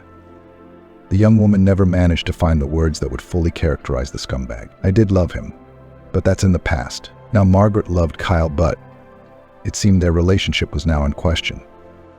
"One thing I don't understand. Why didn't you love Kyle?" Kyle pondered aloud. "Kyle, I knew Anderson," she reminded him. "I, as you recall, showed up at your place completely by accident. Maybe accidentally, maybe not. Either way, you knew and you kept quiet." "Oh, I just couldn't make up my mind to tell you," Margaret muttered in despair and became angry with herself. "Why am I making excuses?" "Dad," Margaret, "don't fight," Michael pleaded. "We won't," Dad promised, "because now you and I are going to get out of here." There was so much longing in Kyle's voice that his son didn't argue. This was the second day Kyle had indulged in libations. And to think, turns out he had a twin brother who was also behind bars. "Daddy, don't drink," Michael pleaded, but his father remained deaf to his pleas. "I'm hungry," the child said with tears in his voice. "You'll find something in the fridge," Kyle replied, barely able to speak, and collapsed from the stool to the floor. Michael looked in the fridge, but found nothing but frozen hams and a jar of pickles. He cried. When he calmed down a little, he decided to go to Margaret. She would be sure to feed him. Michael remembered that she lived in a village not far from the exit from the city. He had some change and, miraculously, enough for the bus. "Why no adults?" the conductor asked. "They'll meet me," Michael replied, and the woman nodded. As long as the boy paid the fare, which he did. The boy got off at what he thought was the right stop and walked towards the mansions. And then he realized that he had got off in the wrong place. The houses were mixed up with the forest. And soon Michael was horrified to find that he was lost. And then there was thunder and heavy rain. He was really scared. He sat down under a tree and wept bitterly. The rain ended as quickly as it had begun. It was dark outside, and Michael wondered in fear if there were wolves in the woods. "Oh my God," he heard an elderly man's voice. "What are you doing here?" "I was on my way to see Margaret and I got lost," Michael exclaimed. And who would she be? Your Margaret, inquired the grandfather, who turned out to be a Forster. She is so beautiful, replied the little boy through his tears. She has white hair, a big car. Not much, the man summarized. Tell you what, let's go to my place and I'll try to help you find your Margaret. After drinking flavored tea and homemade cakes, Michael was so sleepy he wanted to go to bed. So lie down, the Forester commanded. Where are your parents? The boy didn't have his mobile phone on him, so there was no thought of contacting his father or mother. It would be nice to know for sure who Margaret was, but even that didn't seem to be going to happen. Anyway, why would a kid run away from home? I don't have a mom, Michael replied sleepily. Dad and Margaret are getting married, and she's going to be my mom. Only they had a fight and Dad got drunk because of it. I see the Forester nodded profoundly. Waking up from his alcoholic oblivion and not finding his son in the flat, Kyle began to berate himself with his last words. God, what an idiot I am. A fucking alcoholic. This could go all the way to child welfare. Michael, he called out and went to the balcony, hoping to find his son there. But alas, the phone that Kyle had recently bought Michael was lying on the table. It was already dark outside, so it was unlikely his son was outside. Theoretically, he could have been at one of the neighbor ones' houses. Margaret's thought struck Kyle, but of course, now that he'd cooled off, he didn't know what had come over him. In fact, it wasn't that big of a deal. Margaret simply could not dare to tell him about her brother, and he blamed her for all sorts of things. Apparently, Margaret was in a relationship with Anderson, and quite possibly feared jealousy as well. What an idiot, making a scene out of nothing. I'll apologize for that. Kyle cheered up a little and dialed Margaret's number. I just wish she had Michael. Michael's lost Margaret screamed in a voice that was not her own. Yeah, how could you? Scold me, Kyle thought doomfully. I deserve it. But what good is self-abuse? How long ago did he leave? She asked stiffly. I see. Margaret cut her off, and with metal in her voice told Kyle to wait for her. God, you stink, she said in disgust. How are you going to work tomorrow? Kyle smiled involuntarily. Margaret was talking to him like a strict wife. He liked that an awful lot. I just wish she'd forgive me. But first, Michael. What's the cabin? Kyle asked. A woodsman, I guess Margaret suggested with a shrug and handed him a fruit gum. Here, chew on your booze. They say peppermint is better, but the fruity one's fine. Thanks, Kyle muttered quietly. You, the young woman shook her head reproachfully and couldn't resist smiling. Kyle realized he was forgiven and sighed in relief. When the young men entered the ranger's cabin, Michael was sleeping peacefully on a comfortable bed. Why didn't you watch the baby? The Forester shamed them. There's a lot of bad people out there these days. It just happened, Kyle mumbled, and Grandpa took a closer look at him and nearly lost his mind. It can't be, he blurted out. What is it? Kyle asked. It's just that you look a lot like my dad when he was young, just the same face. No, not that, he sighed. And Margaret was in solidarity with him. They'd had enough of these coincidences. It's just that I recently found my twin brother under not so good circumstances. The Forester suddenly turned pale.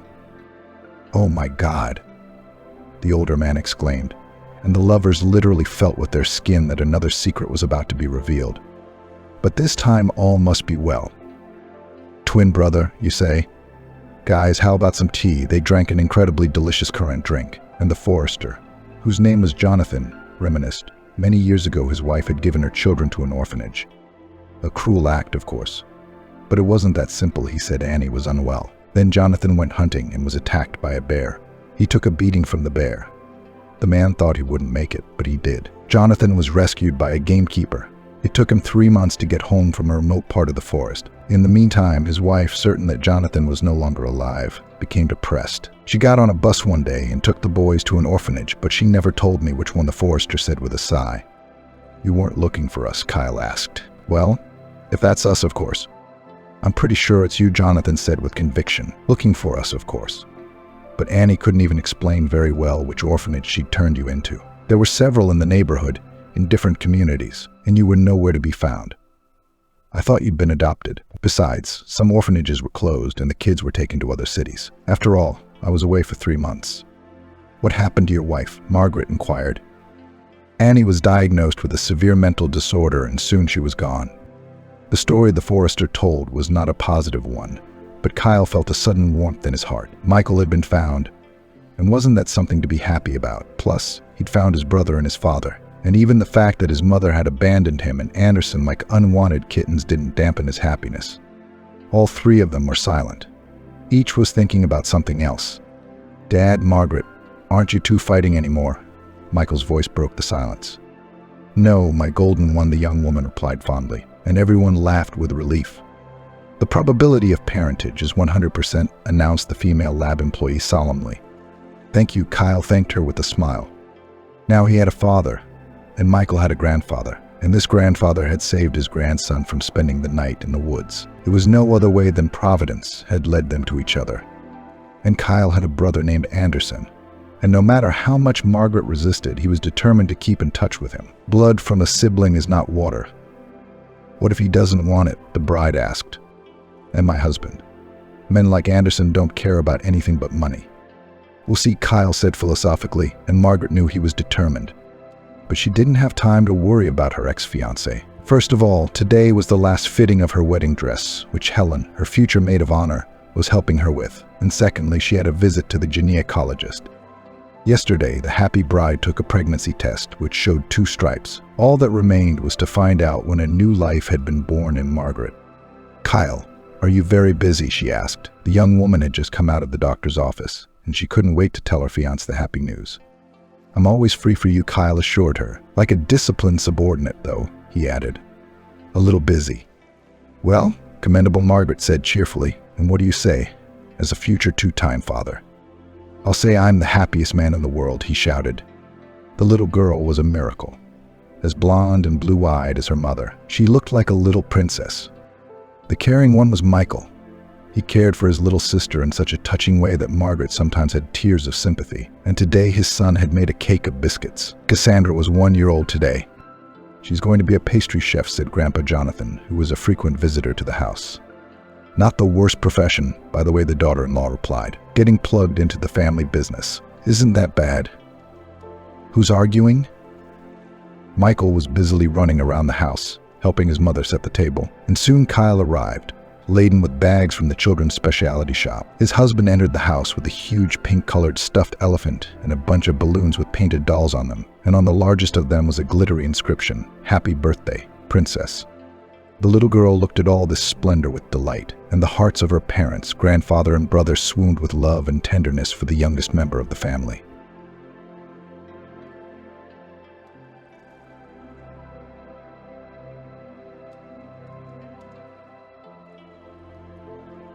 Oliver hated being called a bum, a beggar, or a tramp. He preferred the socially neutral term free artist. He had felt that way long before he had been on the street. What was he, really a bum? It was just that living within 4 walls was weighing him down. Besides, he really was an artist. Once his paintings were popular and in demand. In those glorious times, he even held several chamber exhibitions in small galleries. A dozen critics called the works significant, and a couple more disgusting ointment. At that moment, the artist didn't care what some underachievers said about him. Customers paid off solid fees for portraits, which Oliver, in his own apt expression, wrote the heel of a jackleg. It is not that he bathed in money, but the need did not know, and enjoyed widespread fame in narrow circles. However, fortune is a capricious girl. And after many years of upsurge, after worldly fame and relative wealth, can always come a period of oblivion. For Oliver, that time dragged on. First, he sent a gallery owner on a pedestrian journey who tolerated all his antics and picked up customers. Here's what George, the artist, said that day. "You're literally stealing from me. You're forcing me into some kind of channel where I'm cramped. I'm going free. Do you hear me?" What George said, Oliver couldn't remember. Then he proudly slammed the door, leaving his apartment. He left his shamed wife and children, who by then were relatively mature and tired of his antics, and went on a free voyage. At first, everything was fine. His own studio, clients, sitters, and wine, a whole sea of wine, in which he began to choke every now and then. "You'll come back to me." Helga, his lawfully wedded wife, shouted at him as he left with a small suitcase. "You'll come crawling back on your knees." "I will," Oliver replied with a smile. "That's what you were before me, huh? Just a little shop girl. And now, an artist's wife. Sounds proud, doesn't it?" As he left Helga, the free artist smiled. He never fought at all, cutting bridges. It's just that life in one marriage, in one gallery was weighing on him, especially all these conventions, to sleep at home, to be faithful to his wife, not to bring to the apartment of favorite women, not to sell Nojeko paintings to random customers, and not to exhibit in other galleries. Of course, the wife could tolerate this at the beginning of their life together. Oliver's lifestyle seemed to her bohemian and suing respect. She also saw him as a genius, but gradually the free-spirited artist became too voluminous a figure for their modest third-floor apartment. There were high ceilings of more than 3 meters, but even that was not enough for the flight of the soul.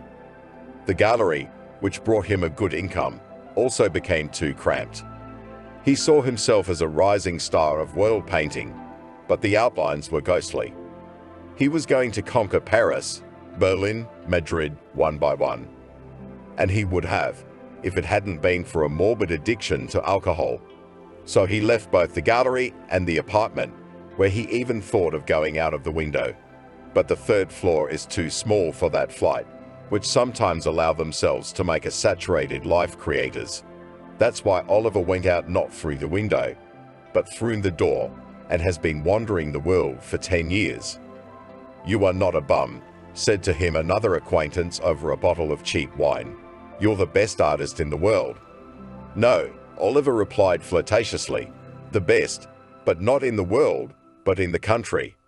"You're a genius," continued the acquaintance, enjoying a drink at someone else's expense. "No, not at all," objected the artist. "I am not a genius, but outstanding, but only to find my paints, brushes, and sketches." Casual acquaintances did not stay with him longer than there was money left for food and drink. The older Oliver got, the worse his teeth and hair looked. The fewer women became willing to take him in and model for him.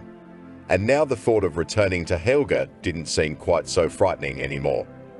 Especially since he knew that half of the apartment still belonged to him, and that he could find a job as a decorator, or a painter at the worst. He could work with large volumes and liked it too, but his pride wouldn't let him. This quality, without which it is unthinkable to achieve success in any field, is gradually becoming a yoke, a burden that dragged him to the bottom, into a pool of wine and vices. That morning, the chief physician's anxiety was at its peak. His best quality is intuition. It worked well in diagnosis, but it did not help at all in management. He had an intuitive sense of what a person was like, but he didn't always understand what to do about it. So when the phone rang in his office, he already realized that he would not hear any good news. "Unfortunately, we have to say goodbye to you," the velvet voice on the other end of the wire did without preamble, and did not tolerate objections. "Really?" Andrew perked up. "Why?" "You are unable to clean up the hospital," the voice said. "Our orders have not been executed for months." "I dare to disagree," said the chief physician, loosening his tie. In principle, if he was going to argue with the Corps, it was only for pro forma. In fact, he was glad of the unexpected freedom. The hospital was in perfect order. The occupancy rate is less than 90%.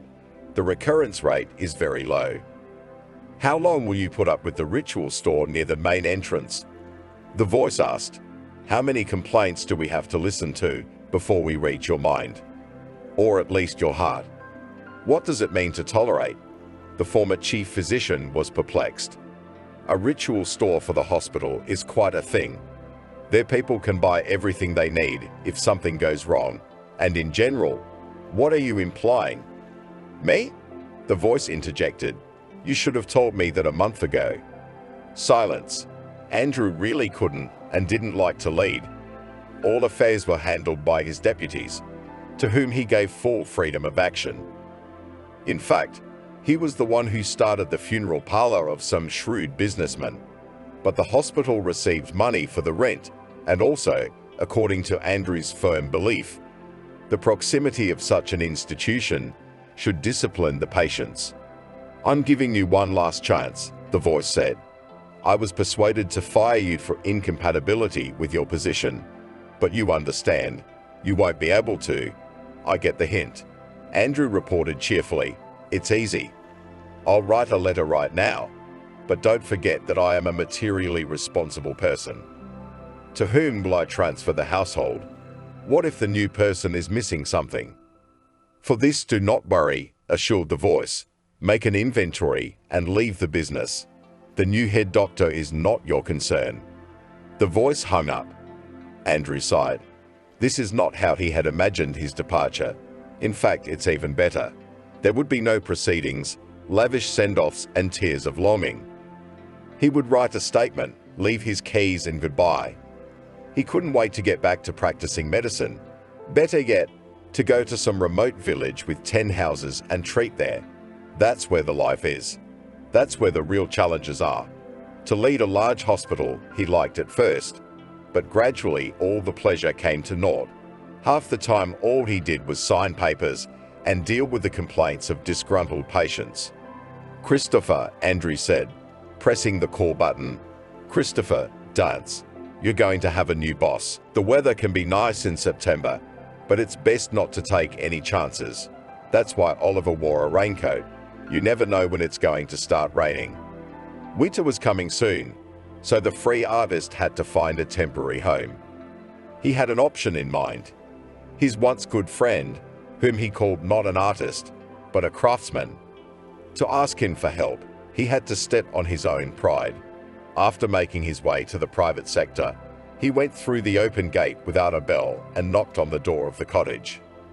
After a couple of minutes of waiting, a friend appeared in the doorway, and his face could not be called pleased. "Hello, Vance," Oliver said courteously and bowed, standing on the doorstep to his longtime friend. "Long time no see, friend. I was just passing by, so I thought I'd stop by and see how you were doing.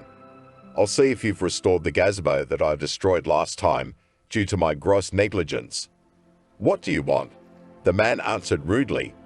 "Are you trying to make a pig of me again? Or a whole pig farm, eh?" With Vance in the past, they had a long-standing collaboration. Both artists, they had taken very different paths. If Oliver was really looking for concentrated freedom, Vance was looking for enrichment. If Oliver was in demand with women and drew inspiration from them, Vance was never really loved. This information, of course, had to be kept in mind and kept to himself. But the free artist could not. At the last creative evening, which rolled into a banal feast, Oliver told Vance everything he thought about him. He did not keep silent about the greed of his comrade, who not a dozen times helped him financially. And lastly, he burned the carved arbor, admiring the flames of his favorite element. It was about 6 months ago, and since then the entrance to the hospitable house of the old comrade was closed. "I should like to spend the night," Oliver asked, as if nothing had happened. "To go to your bathhouse. I'd like to make pies on your charming stove. By the way, did you put the tandoor together like you dreamed?" "That's a wrap," Vance replied, not leaving the doorway. Oliver was looking for a way to get ahead, to sit on the living room couch, and then God himself wouldn't be able to kick him out. "Why don't you put my youngest daughter in the bed? To keep your old bones warm?" Considering the age of the artists, and each of them is close to the 6'10", the proposal did not seem so vulgar, and the daughter is long since matured and overripe. She was 30, and Vance had given up hope of getting her out of her creative home and into someone else's marriage. "I'm sorry, friend," Oliver said. "I overreacted that time. I was wrong, I was rude, I was unfriendly. I let down a man I should have been proud to know, and I. The artist rolled his eyes and raised the elbow of his hand to his face, depicting sincere remorse. "Really?" Vance marveled, shifting to a whisper. "Only that time." Or do you only think of my friendship when you need a place to sleep and a drink? Well, and all the times before that, agreed the free artist. Yes, you're right. I don't know how to value either friendship or love. I've betrayed 100 times the people I should have held on to. There must be a flaw in my soul, somewhere in my heart, a little demon that's undermining me from the inside. My God, what a speech. Vance admired him insincerely and splashed his hands. But I've lost count of the number of times you've said something like that. 10? 20? It's about time you thought of something else. Vance, you have to understand, Oliver pleaded. Winter is coming, and I have nowhere to go. So you want to stay with me again until spring? Is that why you've come all this way, clopping around in your worn-out boots? Of course, Oliver rejoiced. He took the rough tone as an unspoken agreement. We'll have a great time. I'll write a dozen pieces for you. You can sell them and make good money. My name is still remembered and my paintings are waiting, right? Of course, Oliver was being dishonest. He'd started several mediums in his friend's studio at his own request, but he'd never finished a single one. And given his specific technique, it was unlikely that anyone had managed to complete the projects. Besides, Oliver flatly refused to paint exactly what the master of the house demanded, and the resulting smudge would hardly sell for good money, if at all. Don't spoil my canvases and paints. Vance was indignant. He was ready to forgive his comrade once again, but the mention of unfulfilled orders was the last straw.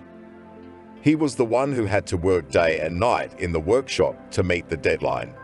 He was such an overly obliging man. For the love of God, please don't touch the brushes in my house. So you're letting me in? Oliver asked with a smile. He interpreted Vance's mood in his own way. I could tell you a lot of things, you know, but you're better with your tongue. I could never do that. So just, no, the former comrade said and slammed the door loudly in Oliver's face. This world had never been so cruel to a freelance artist. If even his best friend left him alone on the cold streets, who could he rely on? Of course he was unfair to Vance. Too often, he called him a lowlife, a talentless person, an imitator, an opportunist, a canvasser, mocked his commissioned canvases, laughed at the way Vance himself makes frames with a mitre saw and thus extracts an extra penny from the order, emptied his home bar with such speed that the owner had to hide wine and cognac in hiding places on the plot. But Vance Evan nodded with restraint, though his medical sense told him that he would not like this big official's offer. Since he had poured a bucket of flattery on him, he was about to be asked to do something that he wouldn't do in his right mind. Which, in principle, you could refuse, but I don't think you came all this way just to give me a favorable review, Evan said. Though I do appreciate being seen and recognized for my efforts. Right? Jack smiled. What if I told you that a small but very affluent town needed a chief physician? A well-known cardiac hospital. Evan immediately grew sad. There were many hospitals on the map of his vast homeland. Where things were going well, chief physicians could lead for decades, and where there were problems, the chiefs changed periodically.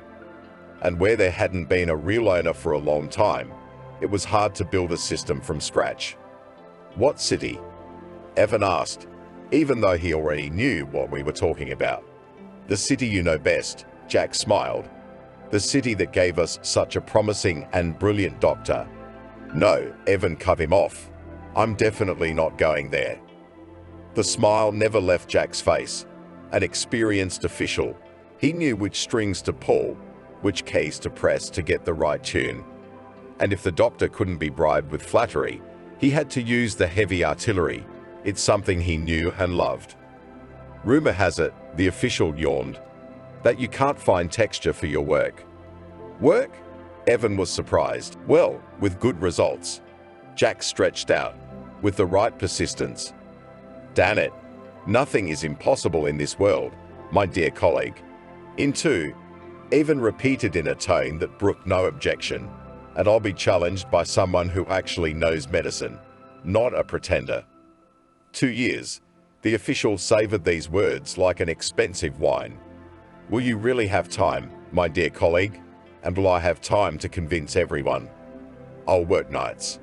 In that case, Jack's smile became even wider, which seemed contrary to anatomy. In that case, we need to discuss the details and choose a date on which you're ready to begin your duties. I'll turn in my files and get to work.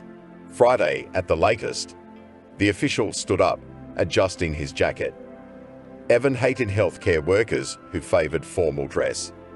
He himself always wore what he was comfortable in. That's what you can do to help a patient in a jacket and white shirt. One last thing, muttered the official. Start working at the hospital by looking for new deputies. The ones we have are no good, if you say so. After his conversation with Jack, Evan felt as if he'd done something immoral. Should he have accepted a transfer to another hospital, even if it was as chief of medicine?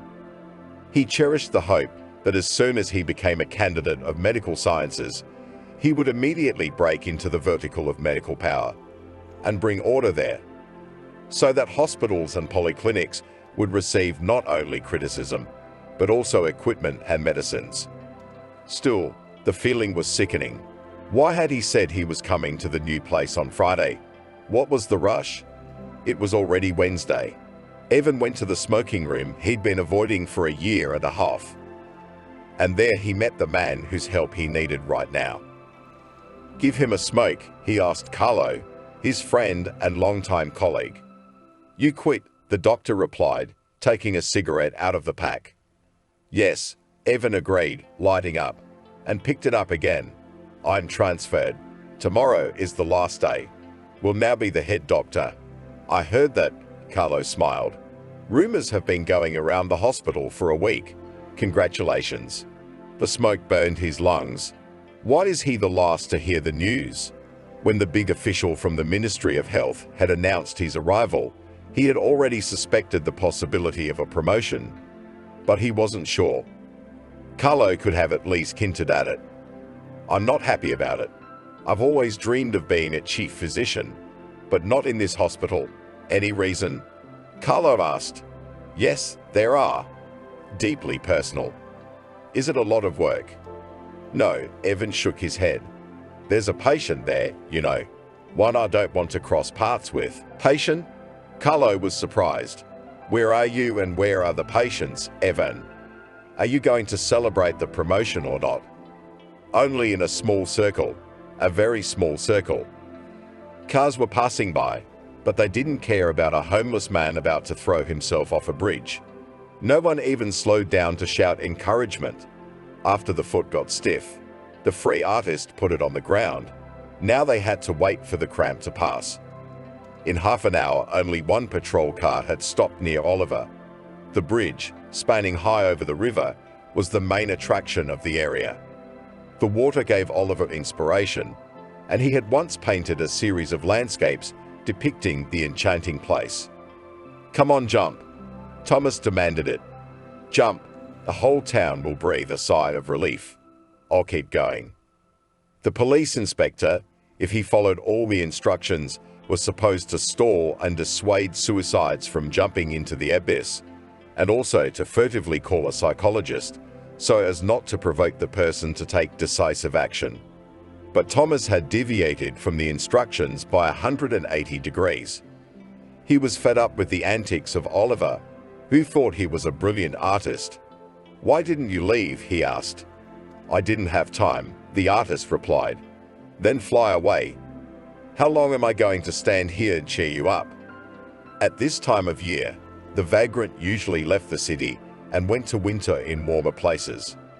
And there he'd piss off the local police with his inability to live in society. This year it's all gone wrong, which means trouble and more work. Thomas was being ironic when he suggested that the artist jump, but it was a joke about his secret desires. You've got to stall me, Oliver objected, as if you don't know the instructions. I do, Thomas replied. I know, that's why I'm going to confront you while no one is looking. Come here, come closer. Oliver was always messing up the townspeople's lives, mostly with his words and vulgar pictures, which the artist considered masterpieces. And it would be all right if the tramp did something serious and disappeared from sight for a long time. Thomas knew from experience that in penitentiaries there was a high demand for those who could draw. No, the antiques would be of a kind that could not be expected to last for a long sentence of 15 days at most. The free artist did not argue with the guardian and stepped away from the low railing. He raised his hands, showing that he realized his mistake and changed his mind. "I understand," he replied. "I get it. Thanks to your heartfelt words, Thomas, I have decided to abandon my shameful scheme and continue to bring bright colors to this gray earth. Can you give me a ride to the hospital?" "All right, get in," Thomas nodded. "Only on the paper. And don't ever leave the hospital. Do you hear me?" 4 is deceiving. The homeless know it especially well. You can be sweltering hot during the day and freezing cold at night. In their city, the range of temperatures was extremely wide, and while during the day in September some people managed to sunbathe and even swim a little in the river, at night the frost on the grass or car windows could turn to ice. That was why Oliver wanted so badly to wait out the months ahead. Otherwise, October would have to be spent in some basement or attic. For a while after his wife left him, he had a workshop that was supposed to be heated with a wood stove.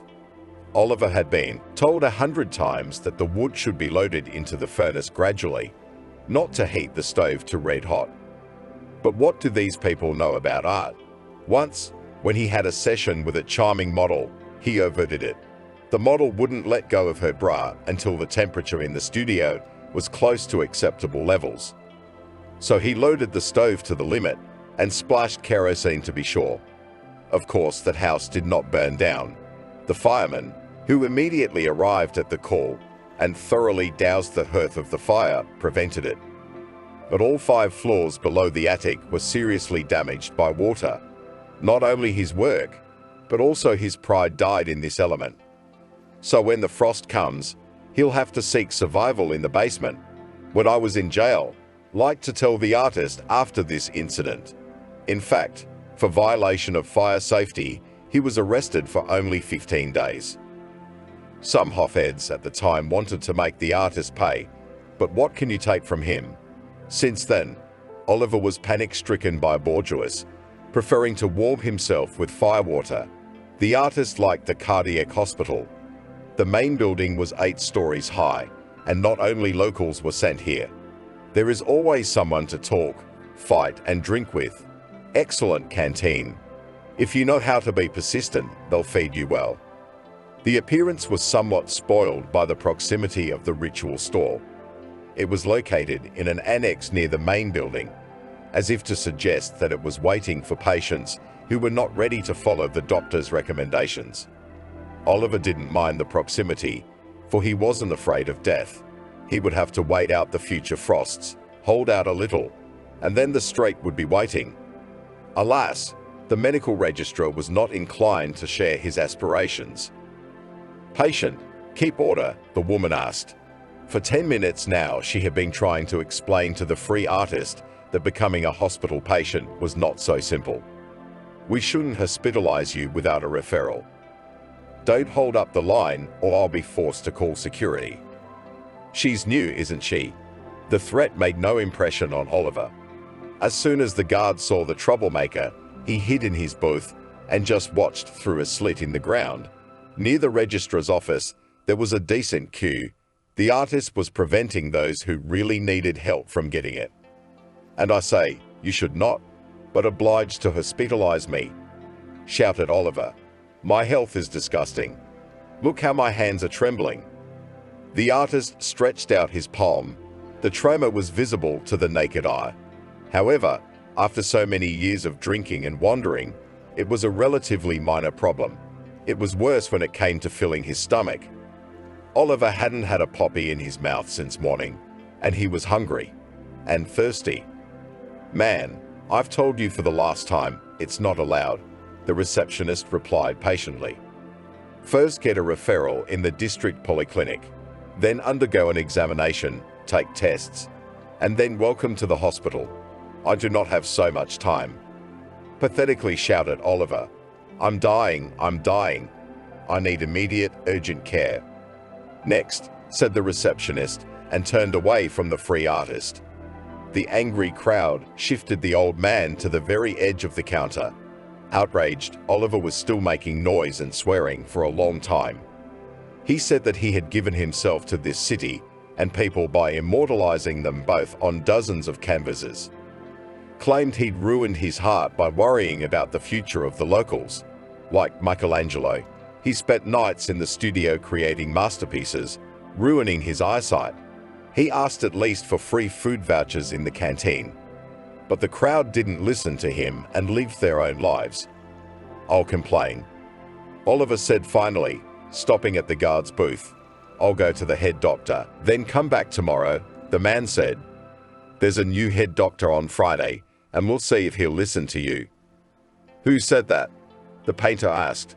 The voice sounded familiar to him. But there was no one in the booth, not even after Oliver had bent over to look inside. "No one," the guard answered, continuing to hide. "No one said there's no one here. Just got already. The sanitarium is cancelled." And when the artist had moved a safe distance away, the guard rose and added, "That Walker. Modern genius. Damn him." It was not a flight, however, but a diversion, for Oliver was not going to surrender without a fight. Retreating to the main entrance, he made one last attempt to storm the building. It was a busy Thursday afternoon outside the hospital. If he faked a heart attack believably enough, he'd be admitted to the hospital. It's all about believing himself. What does a heart attack look like? As he stepped out onto the porch, Oliver suddenly shrieked, putting all his artistry into his voice and movements. "Help! People!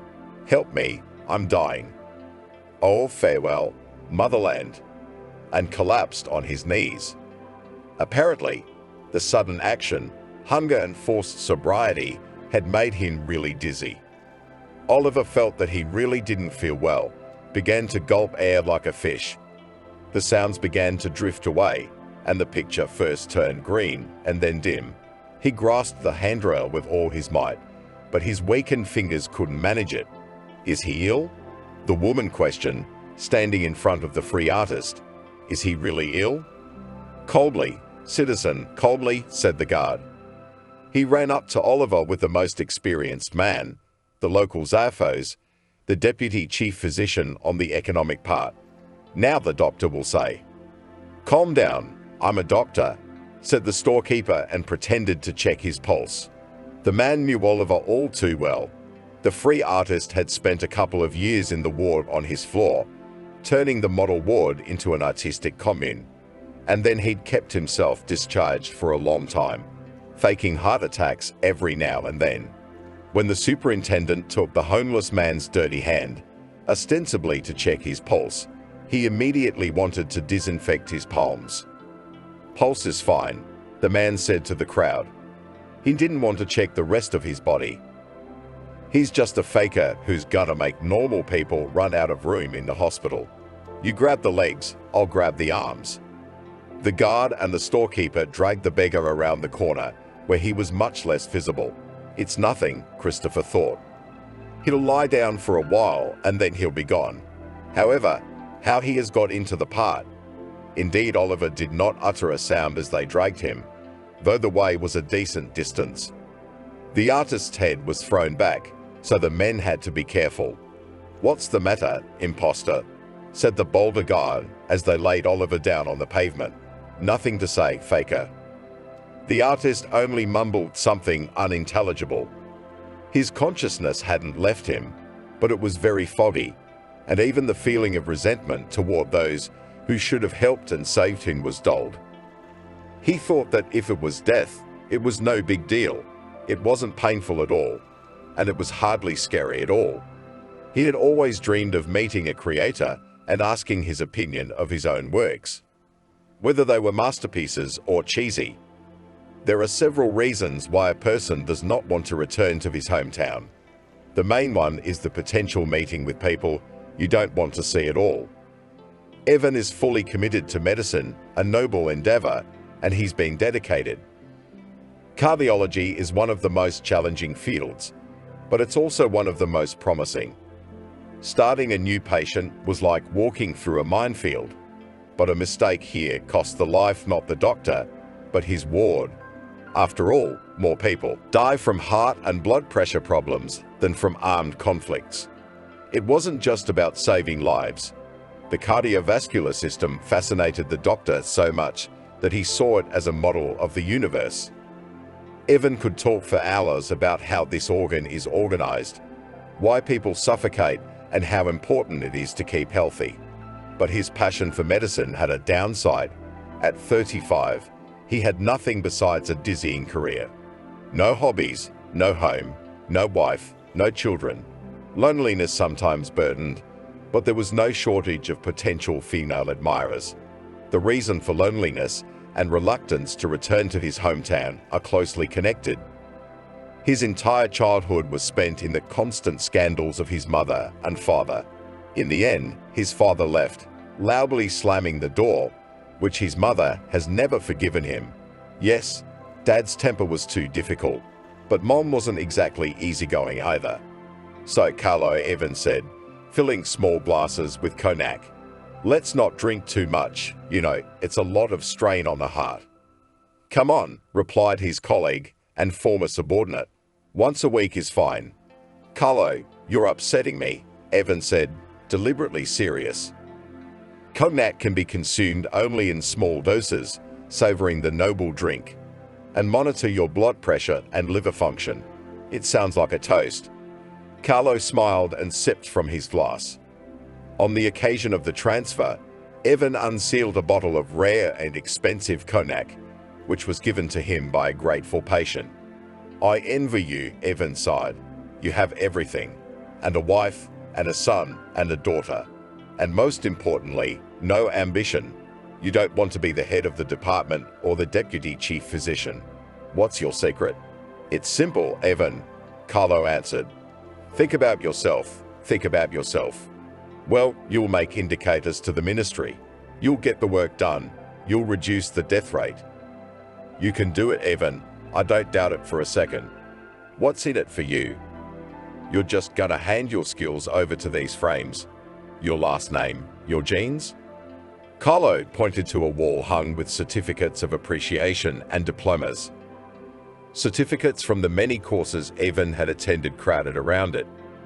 If they were to be believed, there was simply no field in cardiology that didn't lend itself to a talented physician. You're wrong, Evan said, filling his glasses. I'm not doing all this for the ministry. I'm doing it for me. I'll get my dissertation and then I'll live. I'll get married. I don't believe it. Carlo shook his head. Why do you need a wife? You know how to do everything yourself. I think you could take out an appendix yourself, like the polar explorers, and without anesthesia. Well, you're overdoing it here, waved his hand. I'll have kids. I'll have kids. You need to choose a wife from pediatrics or nurses. They sat for 2 more hours, remembering cases from their rich medical practice. 3 years flew by like a day. Evan didn't stay anywhere for long, because moving around was easy for him. If you don't have a home or family, it's easy to move. It's all about moving up and moving forward. The main thing he had learned from his father was to hold back against his will. There were so many times in his life when he wanted to say what he thought about the other person. To humiliate, to hurt, to ironize. But medicine teaches you to spare other people's feelings, reminding you every day that you don't last forever. Evan gave himself exactly 1 day for handoffs and packing. That should be enough time to carefully pack his certificates and commendations in one box and his things in another. The departure from the physical shell took longer. Lying on the cold ground, the free artist continued to feel the breath of the wind, and a bug bit his finger painfully. But the old man did not move and stubbornly waited for the transition to a new dimension, which he had been waiting for so long. As soon as the last of his strength left Oliver, an angel flew down to him. Look, it's him. Walker, a girl's voice called out. It's him. Oliver opened his eyes wide. No, it wasn't an angel. It was a girl. There was a boy with her, too, who was not quite as expressive. They were walking together in a strange city, as adventurers should. And judging by the fact that he had never seen this couple on the streets before, they were newcomers. Yes, the color and identity seekers sometimes wandered into their town. "Help," Oliver asked. "Help me sit down. Are you really Walker?" The girl wouldn't stop. "I did a term paper on your painting." "Really?" nodded the artist. The guy sat him down and leaned him against the wall. "Drink." The girl obligingly held out a bottle of water, but Oliver shook his head negatively and pointed to the hand of the guy who was sipping a beer. "When you come to a foreign city, everything tastes better here, even this vulgar drink." The young man thought for a moment, but gave the bottle to the old man. He literally sucked on the neck and poured every last drop into himself. "Oliver, are you sick?" the girl asked. It turns out that not just rare tourists, but those who are interested in art, have wandered into their city, and in the nameless homeless man lying near the picturesque street, recognized the artist. "Should I call a doctor?" "No, no, my soul," Oliver replied. He was pleased to be known and remembered. "Lying here in the shadow of the street, I've been gauging perspective. I was looking for inspiration for my new paintings. You see," said the young man, addressing the angelic girl, who couldn't get past Walker himself. "I told you, it's just a bum lying around. And you, bad for the artist, bad for the artist." "Peter, what are you?" the girl hissed at him. "You're embarrassing me." "Do not pay attention, it's just a joke." These words were already addressed to a new acquaintance, which she had previously seen only on the pages of a rare catalogue of paintings. "It's nothing. Artists quickly get used to criticism," Oliver said, although Peter's words hurt him. "How did you recognize me, my soul?" "There is only one famous artist in this city," shrugged the girl. "Besides, I remembered that ring on my index finger right away." Oliver looked at his hand. Indeed, his talisman, his trademark, had accompanied him throughout his career, both during his rapid rise and during his endless fall. The red stone looked like a sapphire caught in the clutches "Of course," answered the artist without a shadow of embarrassment. "A complete exclusive. The rise and fall of Oliver Walker. Interested?" The naked eye could see that the guy did not like the idea very much, but he'd come from far away, come at random, so he was ready for adventure at heart. Peter had no idea why this bum in dirty clothes his girlfriend called an artist, but in order not to quarrel, he was ready to tolerate the society of a strange man, especially since he looked harmless. Oh, that deceptive appearance. "We could use a guide," he said peacefully, "and don't worry about a glass of wine. We can let you have a bottle." "Really, Leslie?" "I don't think artists drink," said the angelic-looking girl. "Isn't that right, Mr. Walker?" "It's true, Leslie," Oliver nodded. "I hate those alcoholic liquids. I have to take them solely to induce inspiration in my soul, and to make peace with the imperfections of the world around me." Things are neatly folded and organized in drawers. Letters of gratitude and certificates disappeared from the walls as if they didn't exist at all. The former head physician looked absent-mindedly at the inventory and understood nothing at all. In fact, he contemplated the figures only to avoid giving the impression of an incompetent person. "The paperwork seems to be fine." Andrew stretched out. "Are you leaving already?" Christopher, the author and executor of the inventory, asked obligingly. Even a dozen Ingalls would not be enough to uncover all his machinations. Not even coffee.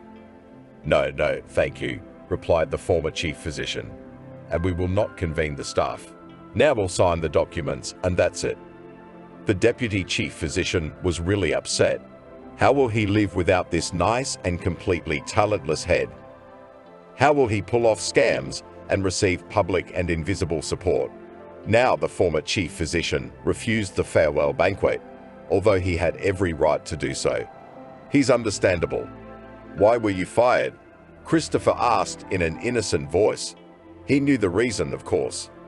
"Oh, Christopher, it's like in a marriage," Andrew replied seriously. "It's a bad temper."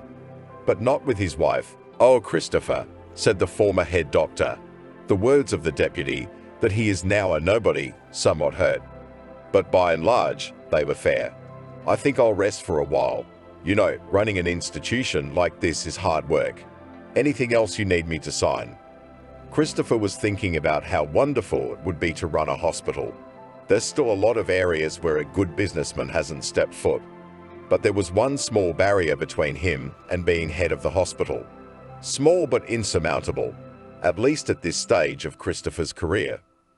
The tour of the city was a kilometre-long route from the hospital to Morbulus's cafe. And what else could Oliver show these young, uneducated tourists? Referring to the fact that they were going to have a long walk, the free artist offered to refresh themselves, but not to drink alcohol under any circumstances. Supposedly, it makes tourism lose its elitism. The cafe, Morbulus's, was located in the basement of an old building. There was a terrific atmosphere, for which the place was loved by both locals and guests. The good weather only enhanced the feeling of a wonderful mood. Nearby was a charming fountain with a boy and a goose, another attraction. "Can't we even have a glass of beer?" Peter asked in surprise. "Absolutely not," Oliver objected eagerly. "Although the Morbulus has its own brewery, that's no reason to confuse alcoholism with tourism. Is it real?" Leslie asked incredulously. "Or do they just dilute the concentrate and refrigerate it?" "It's the real thing," said the artist. "I dedicated a cityscape to this marvelous equipment. Would you like to check?" Oliver suggested a seat on the terrace.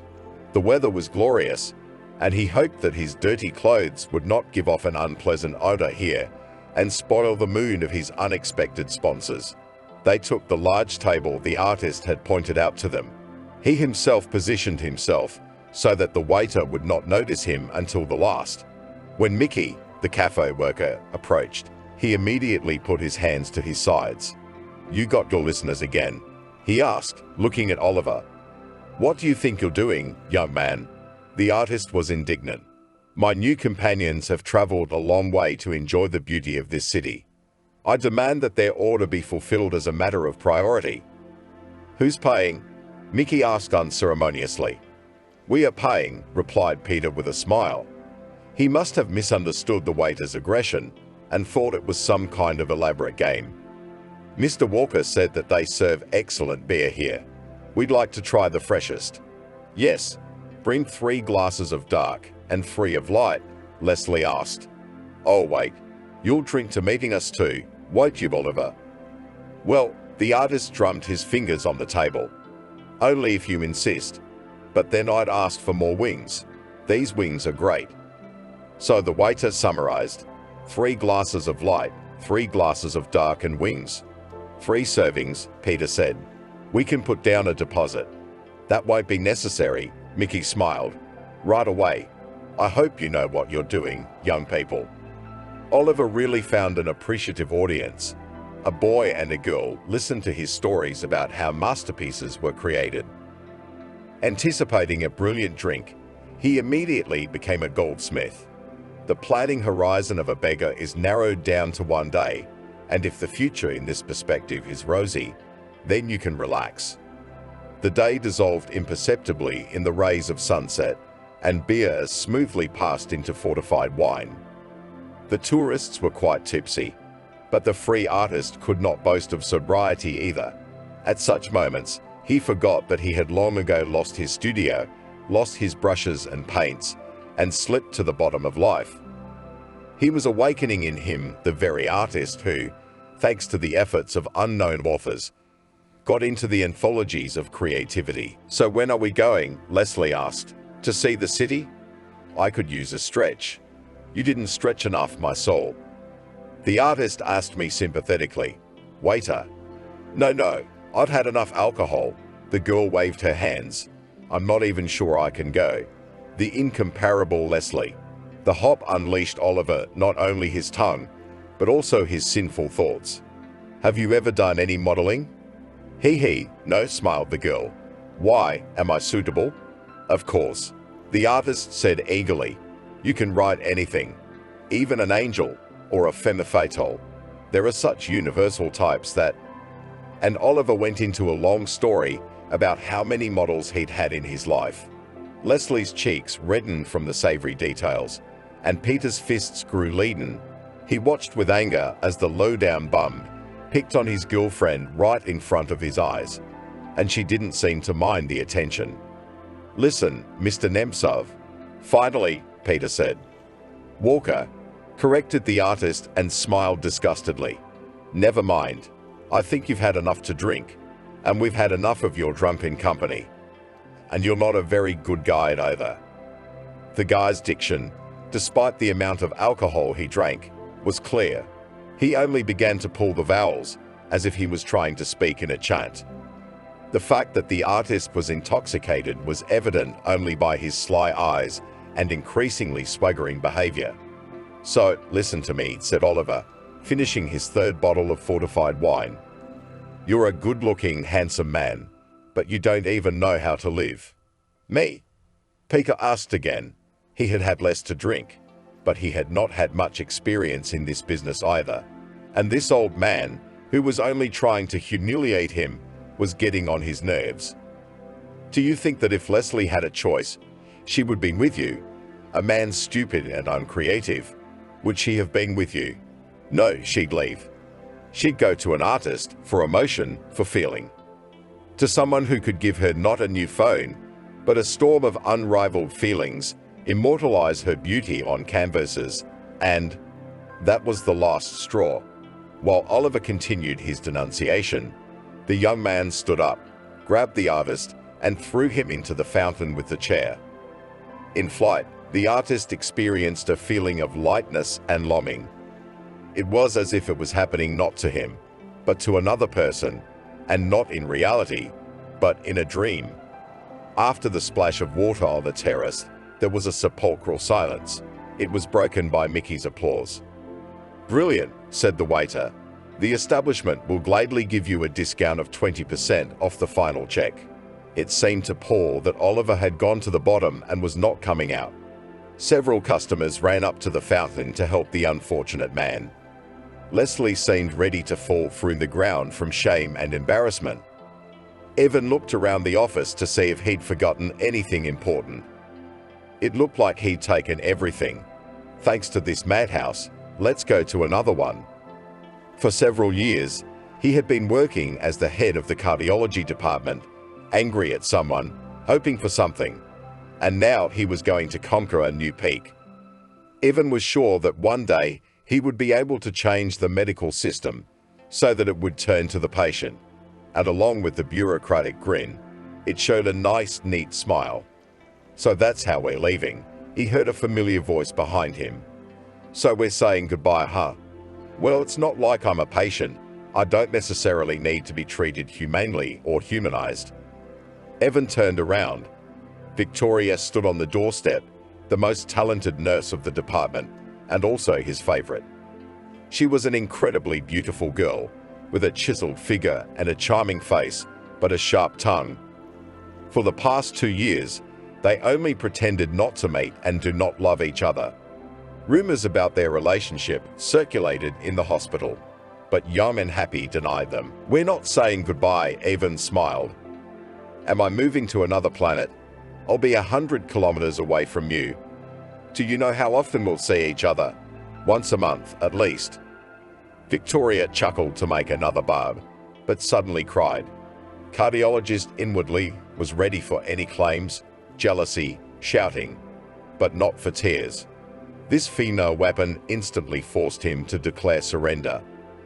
And now he, initially ready to clarify relations, suddenly softened instantly.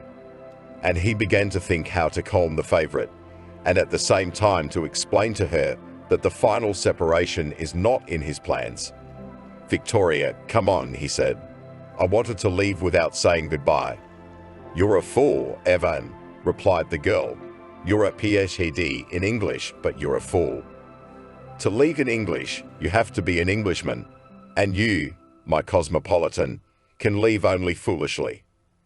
Vuka had recently turned 25, and all the nurses she had started working with after college had either gone off to study to be doctors or had jumped out and gotten married and gone on maternity leave. But who were they getting? Drivers, labourers, managers at most. Victoria wanted a prince. The only one available was Evan, who was more like a king in exile, an eternal wanderer, prevented from ascending to the throne by his enemies. Victoria, come on, the cardiologist said again. You and I are not saying goodbye. I believe in long-distance relationships. Really? Asked the girl, and I do not believe. Do you know how many proposals I've had? Marriage? Evan was surprised. I thought we were dating. You're a fool, Evan, shouted the nurse. Job offers. I'd had all kinds of job offers. Head nurse, private clinic. You're the only reason I've stuck around. I'm waiting for you to make me happy. Evan had to admit that she was right. It was high time for him to settle down, to have a family and children. They managed to hide their relationship even from their friend Grishka. That, by the way, is not very upset about the departure of a comrade. After all, not somewhere there is going, and on the promotion. I'm sorry, Victoria, Evan exhaled. I guess I'm just not ready. I'm just not ready yet, that's all. For what? Well, for my family, the cardiologist replied. If my kid gets sick, and you know what I'm like, I'll call a concilium. We'll discuss all the staff snot or, God forbid, upset stomach. Silly, silly Evan, Victoria said, but in a calm voice. She took her man's hand. We just have to try to do things the way people do. How? Evan asked. I asked you to keep our relationship private so you wouldn't get strangled here. Do you know how hard it is for a husband and wife to be in the same team? I could handle that, Victoria replied defiantly. Or haven't you seen how strong I am? I mean something else. You could have introduced me to your parents, rented an apartment together. You know, in the dormitory, there are no romantic meetings. Are you really that desperate for money for me? Evan felt embarrassed. Even though he held a respectable position, he still lived in the dormitory as a lab technician. Except that they gave him a separate room, but the doctor did nothing to make it cozy. He didn't even hang a curtain on the window. Victoria lived a floor above, and she had to master the wonders of spy science so that no one would see their meeting, and he didn't provide her with any romance. If he gave her flowers, it was once a year, not more often. He never took her to the sea. True, always helped financially, but money is just a piece of paper, not feelings. It became a discovery for him that his Vicky, whom he shamelessly used for the last 2 years, also has a soul, and he seemed to have spit in that soul. Introduce her to his parents, Evan sighed, trying to change the subject and push the unpleasant feelings away. Alas, that's impossible. My parents, you know. And the cardiologist made a vague gesture, which could be interpreted in 2 ways if desired. Either absent in principle, or flew to another planet. Evan was ready to support any version, as long as he didn't tell the truth. But you have parents, Victoria shouted impatiently. I saw the lens. And they live in the same city where you go to work. You expect me to believe in such coincidences? Did you look at my documents? The cardiologist asked. Of course, replied the nurse. I need to know if you're divorced, if you pay alimony. Oh, come on. You understand. My parents are. How can I put it delicately? Well, you're not gonna like it. You got a woman in there. Victoria hissed angrily. Maybe your true love is out there waiting for you. And I'm just a substitute brigade for an urgent need. No, what are you? Said the doctor. Victoria, I realize how I look from the outside. And I realize I'm being a pig too. But you and I are adults. Can't we just? Evan, stop it. The nurse interrupted him, impatient. I believe you, but let's make a deal. If you're leaving for good. And don't call me, and don't write, and don't ask for anything. I'll never give you anything else, not one cell of my body. And I swear I'll marry the first tractor driver or combine harvester I see, whoever calls." Davin sighed. Victoria was really good for him. She not only knew her worth, she had it. And he treated her wrong, looked down on her. He used her love like he was taking raisins out of a bun. Everything tasty in his mouth and the rest on the floor. That's not right. But why didn't you think of that before? "Victoria," he asked, "give me a week. How about this? 1 week from now, and everything will come to a head. Either I propose to you, or we go our separate ways. Okay?" The girl was silent, wondering what to say. There was a whole range of feelings on her face. She must have been trying to understand why she was wasting her time with this good but indecisive man. So, while the operation is going on and seconds count, he can make the right decision quickly. But if the question is about his personal life, he needs weeks, months, years. The answer to the indecisive suitor was forming in her mouth. "You know what, Evan?" The flight into the fountain was unpleasant, but it was sobering. The cold fall air was invigorating. Oliver thought that he'd really behaved inappropriately. But that thought existed in his head, without any remorse or desire to make amends. It was already done, so why worry about it? "Thank you," he said to Peter, who approached the bum. "Indeed, my closet should have been washed a long time ago. If you come near my girlfriend again, you hear me?" threatened the guy. "I'll have you. I'll have you." "Come on, Peter, come on." Leslie ran up to him. "Oliver, I'm so embarrassed." "It's okay. I deserve it." The artist smiled. He again wanted to make an offer to work for him as a model, but changed his mind, looking at the young competitor. "Very, very glad to meet you.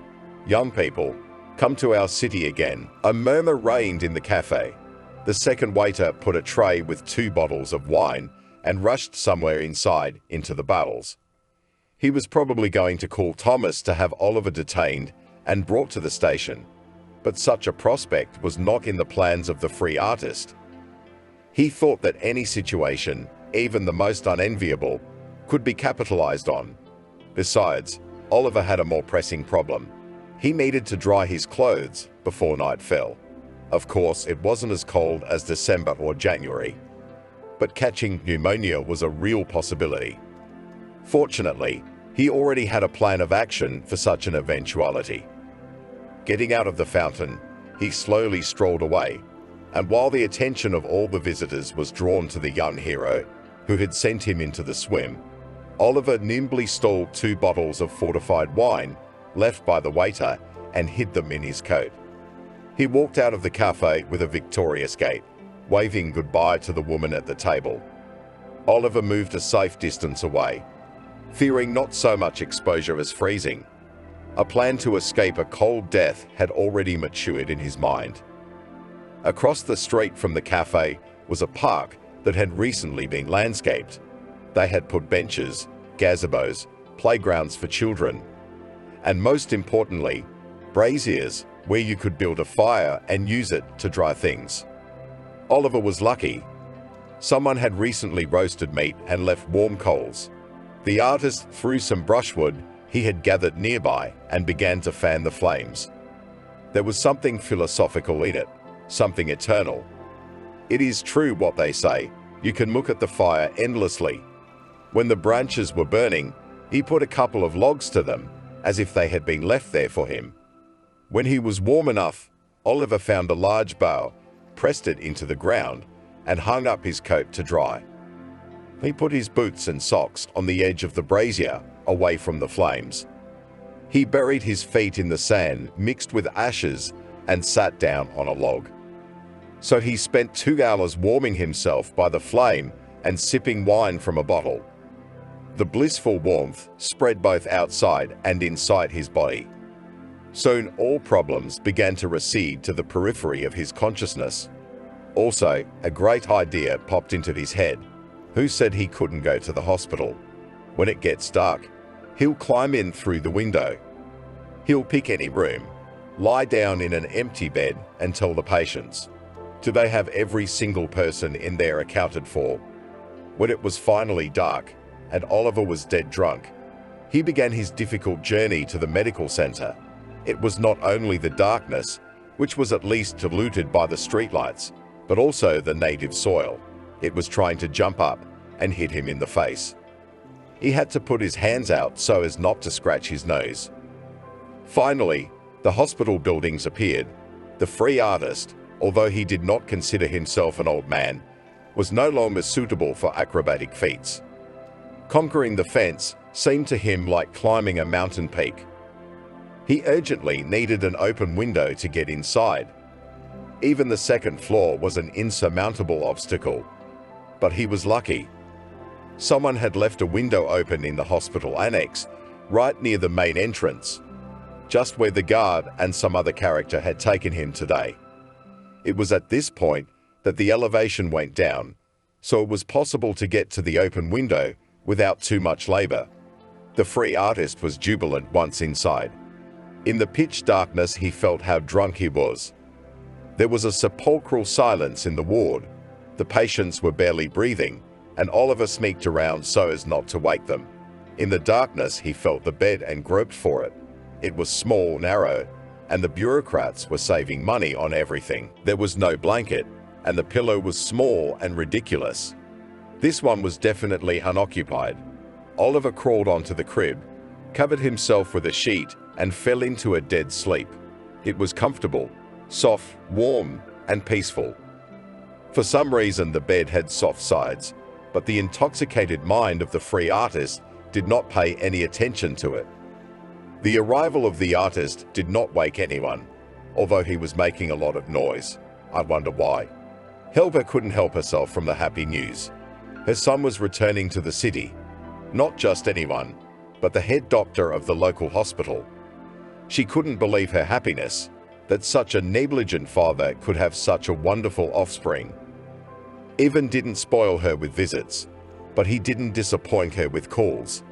Yesterday, he called and said, as if nothing had happened, "I'm coming home as a chief physician," that he would write a dissertation, and in general is going to reach for the stars. Helga was over the moon. She would have to bring home her old fool, and then life's journey could be considered a success. Of course, she could quite easily spend the rest of her days alone. But she felt it was her son, not her, who needed the reunion now. I could see why Evan had a grudge against her. That she could not keep Oliver, did not want to put up with his lifestyle and harsh words. And even though the artist had left her 10 years ago, she still worried about him. Worried. After all, 2 children on their feet. Where can I find him, that bastard? Vans, do you copy? Helga called a man who's got Oliver on his cell phone. "I hear you," he answered. His voice was deliberately gruff, but Vance was a good man. A good man. "Did you recognize him?" the woman asked. "Of course I recognized him," said the man. "What? Are you calling to wish me happy birthday, friend?" It was already in August, but better late than never. "Oh, sorry, Vance," said Helga. "That's not why I'm calling. Listen, I'm looking for my Oliver. Have you seen him?" "Of course I have." Vance's voice suddenly became rougher. "He came by my place the other day, you bum. He told me he loved me, but his words, old girl, are not worth the air they're thrown into. I take it you didn't accept him. You didn't believe his words." "No," the person I'm talking to answered. "Listen, I work hard. My eyes can't see anything anymore. I can barely hold this brush. And him. Sleeping in ditches, drinking bitter in buckets like a cucumber. He walked 5 kilometers to me without even panting. Does he look good?" Helga asked. She knew the answer to that question. With Oliver's health, even street life couldn't do him much harm. "Excellent." Vance confirmed her guess. "Listen, I got a call from a fellow from Morculus. He was relaxing there on the terrace. He saw such a thing." Helga thought for a moment, what are we talking about? And then she remembered the very place where she had tried her first cocktails when she was very young. Is this place still in demand among the public? Oh, it's a cafe? The woman was surprised. Wow, are they still in business? Of course, replied Vance. And you do not go out of the house at all? Oh, I go out, Vance. I go out. So what happened there in this cafe that? Oh, that's right. This dummy of ours found some kids, kissed them off, and one of them almost drowned him in the fountain. He held him underwater for 3 minutes. Can you believe it? Everything bubbled up. They wanted to call the police, but he got away unharmed. Helga waved her hand. Vance always liked to embellish. Tell you what, Vance, if you see mine, tell him I was looking for him. I don't feel well. I'm going to die. Just say so. What, old woman, is it true? Asked the interlocutor. You do not dare be that, do you understand? I'll think about it. Helga replied and hung up. Every change for the worse, Christopher thought, sitting in his cozy office. The leather armchair perfectly fit his generally slender figure. In the corner stood an expensive electric kettle with a built-in filter, coffee maker, humidifier and other gifts from grateful contractors. If he suddenly wanted to rest, you can lie on the leather sofa, another surprise he received after the renovation of the entryway. But there's no time to rest for Christopher. On the door is a proud, gold-embossed plaque. Deputy Chief Physician for Housekeeping. It's a work of art. The printing is even. And there's not a blemish or dot on the surface. The most beautiful plaque in the country. Christopher was sure that even the Minister of Health himself had a worse seal. He made himself, and at the same time renovated the hospital, the buildings, and the surrounding area. Alas, the available space for repair and improvement in the hospital was running out. The money was running out, and Christopher still had to renew his car and send his son to language courses abroad. He'd have to make do. When he was appointed Deputy Chief Physician, the detractors laughed. Christopher doesn't even have a medical degree. You're not a doctor. Said one of his enemies, you're the storekeeper. Who gave you the right to be called Deputy Chief Physician? Christopher reacted coldly to such attacks, answering with restraint. With his detractors, he gradually sorted out, because the head cooks always have long and clean hands. Indeed, is it a joke that a man who is not directly related to medicine became Deputy Chief Physician? Christopher would answer this question in blocks. First, you have to convince everyone of your indispensability. Secondly, at all levels to create confidence that without the position of Deputy Chief Physician in the hospital, cannot do without. Thirdly, to hold on to the position tenaciously from the last strength. And then all personnel storms will pass by. The previous chief physician took little interest in the affairs of the hospital, preferring to sit in his own office. For the last year, he had not been involved in any matters at all, leaving everything to his deputies. But Christopher was always in the thick of things, making the most of them. Like today, for instance. He saw that homeless man and brilliantly impersonated a doctor to get rid of him. He acted in such a way that not a single coin in the whole hospital and in the neighborhood could not fall silently for the deputy chief physician on the economic part. His special pride was the ritual store. Christopher rented out the premises on which it had grown up for an incredible profit. Not for the hospital, of course, but for himself. The paperwork said it was supposed to be something else. What it was, he couldn't remember. Every day, inconsolable relatives came to the funeral store to say goodbye. The trade in wreaths, lamps, ribbons, and crosses flourished. Of course, the view of the memorial paraphernalia from the main entrance to the hospital was not always to the liking of patients and visitors, especially when a hearse was parked in the parking lot. But to the disgruntled, Christopher always responded philosophically. Memento mori, said the deputy chief physician. Remember death. We all came out of the ashes, and it's only a matter of time before we return to the ashes. Speaking of ashes, he managed to get the hospital to buy the most expensive urns in the country. Unfortunately, there was a flaw. The waste garbage cans were too sturdy and had not been written off for 4 years. It was impossible to break them. He used to renew them every year or even more often. Christopher didn't rule out the possibility that he might have to sabotage the incredibly sturdy garbage cans and buy new ones. Everything was going fine before, but now there was a new challenge. A young, very green head doctor of only 35 years old is sent to the hospital, and what Christopher had heard about him did not inspire optimism. A fanatical, totally dedicated doctor. Most likely, he would not tolerate any kind of machinations and violations.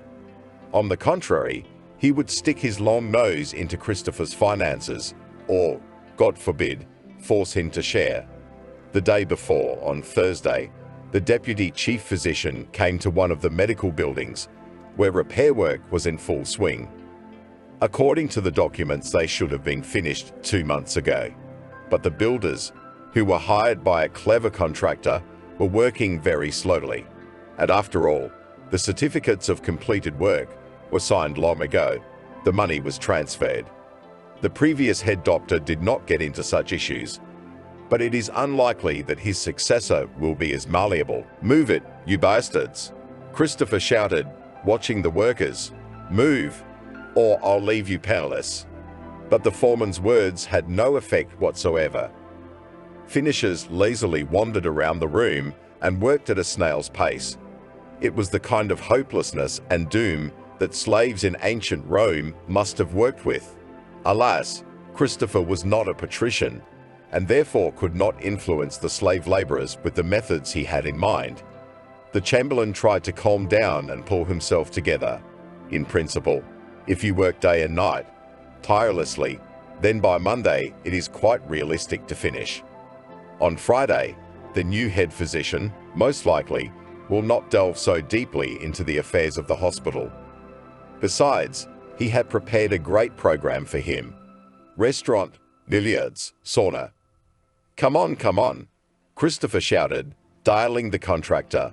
The phone was unavailable. "Why are you shouting, father?"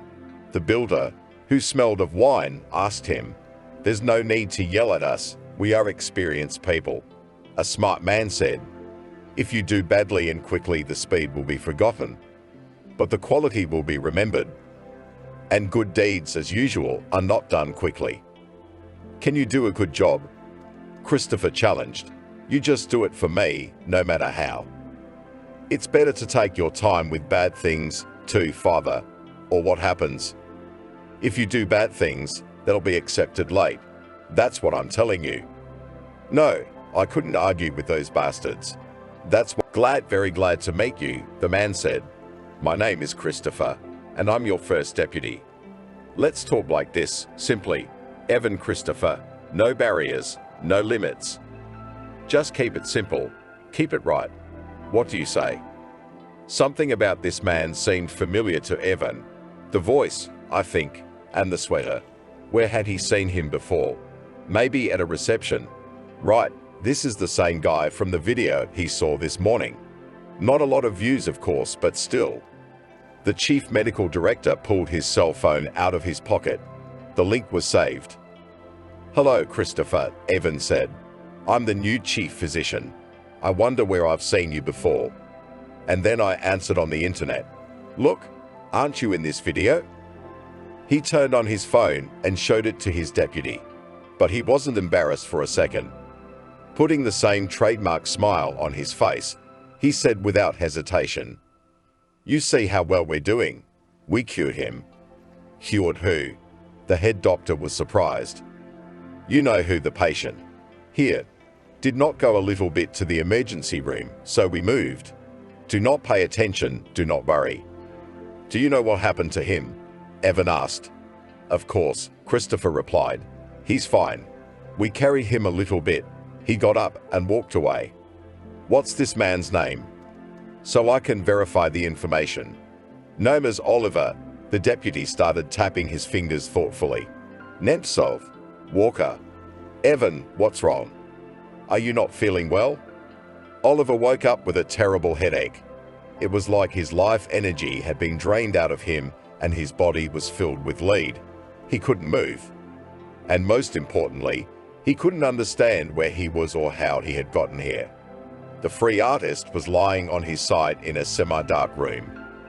Everything in front of his eyes was red, as if a tasteless curtain had been thrown in front of him. Only his left arm moved faintly, the rest of his body stiff from the forced pose.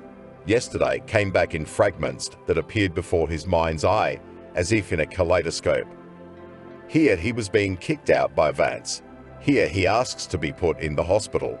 Then, as in the good old days, he drinks at Morbilus's and bathes in the fountain. And he seems to be going to the public garden. How did he end up here? When he heard voices, Oliver hurried to cover himself with a sheet. He rolled over onto his back, closed his eyes, and held his breath. "You can't do that." The first voice spoke loudly. "You can't do that. Look, if it's about this bum, and God with him, who cares about him?" "Me, I'm interested," answered the first one. "You are ex officio deputy chief physician." "Yes, ex officio," said the second voice. "But in fact, I have a technical degree." "Technical? And I'm telling you, you can't do that." The man shouted in a rage, "You can't sell funeral paraphernalia outside the main building of the hospital." "For God's sake," a second voice contradicted him. "That's a lot of money." "We should have opened a canteen here," objected the first voice. "A pharmacy, anything, but not a ritual store. By the way, where did you get the keys?" Christopher blurted out. First, the new head doctor showed him a creepy video of him and a guard dragging Oliver, and then he gave him a hard time about the funeral parlor, and the workday hadn't even officially started yet. But then Christopher went crazy and opened the door to the store with his own key. "What are we gonna do? We have to find a way out of this. Why shouldn't I have a key?" I asked him in a subservient manner. "I'm the storekeeper. I go around checking things out. What if there's something wrong? What if you get caught short?" Evan countered. "The hospital would have to pay for it. You're the hired help." The previous day came back to Oliver's mind. The keywords: hospital, doctor, ritual hall. How he, sneaking around in the dark, had decided to get into the room. Where he wondered, had he gotten to? "Evan, let's not get facetious," Christopher said. "Yes, the funeral parlor is not a pleasant sight for some of the more impressionable people. But look at the order inside. What cleanliness!" The head doctor had a different opinion. He could smell a subtle but unpleasant odor, which is something people might give off if they're, "Wait, really? See how neat it is here." Christopher kept pushing. Wreaths to one side, ribbons in another, crosses in a third, coffins. "Yeah, let's talk about coffins," Evan agreed. "Does this coffin personally?" "Doesn't raise any questions." Lying under the sheet, Oliver began to shiver. The voices grew louder and the footsteps closer. He thought about taking off his veil, jumping up and running away. But his stiff body would hardly approve of such a dynamic.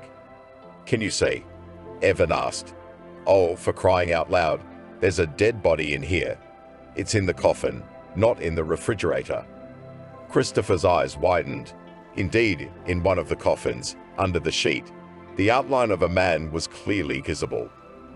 The only nuance was that the arms lay unnaturally on his chest, as if they had been placed carelessly. Overcome with fear, Christopher lowered the sheet. His eyes darkened. In the coffin lay the homeless man they had carried around the corner of the hospital yesterday. "Good God," the deputy whispered, crossing himself. "God forgive me. God forgive me. God forgive me." "Father!" Evan shouted, running up to the coffin. "Father!" Christopher sobbed. He felt sorry for everyone. The poor bum whose heart attack yesterday he'd mistaken for a talent act. The new head doctor, who was starting work with such a tragic incident. But most of all himself, because it is he, Christopher, who will be held responsible for what happened. And it looks like it's going to be more than just a dismissal. Investigators from the capital will come here. They will dig, and they will find every penny that leaked past the state treasury. Ahem. Suddenly the corpse coughed and opened his eyes. "Oh, Evan, it's been years. Did you forget about your file?" In the ensuing silence, a noise was heard as the Deputy Chief Physician for Economic Affairs collapsed to the floor. Evan slapped Christopher's cheeks, trying to bring him to his senses. The Deputy Chief opened his eyes. "It's a good thing there's carpeting everywhere," he whispered. "I'd have gotten hurt." The homeless guy was waddling around, warming up. How could he be Evan's father? Well, life happens, Christopher thought. Sometimes the most disgusting parents have great kids. But more often than not, it's the other way around. "Are you awake?" The doctor in charge asked. "I want a written explanation. Today." With these words, Evan headed for the exit. He had a hard job ahead of him. If he was met with such a mess at the entrance to the hospital, what would happen next? He had not yet touched the medication, the quality of the treatment, and other aspects that made up the success of the treatment. Evan walked with a steady stride, followed by Christopher, who had come to his senses.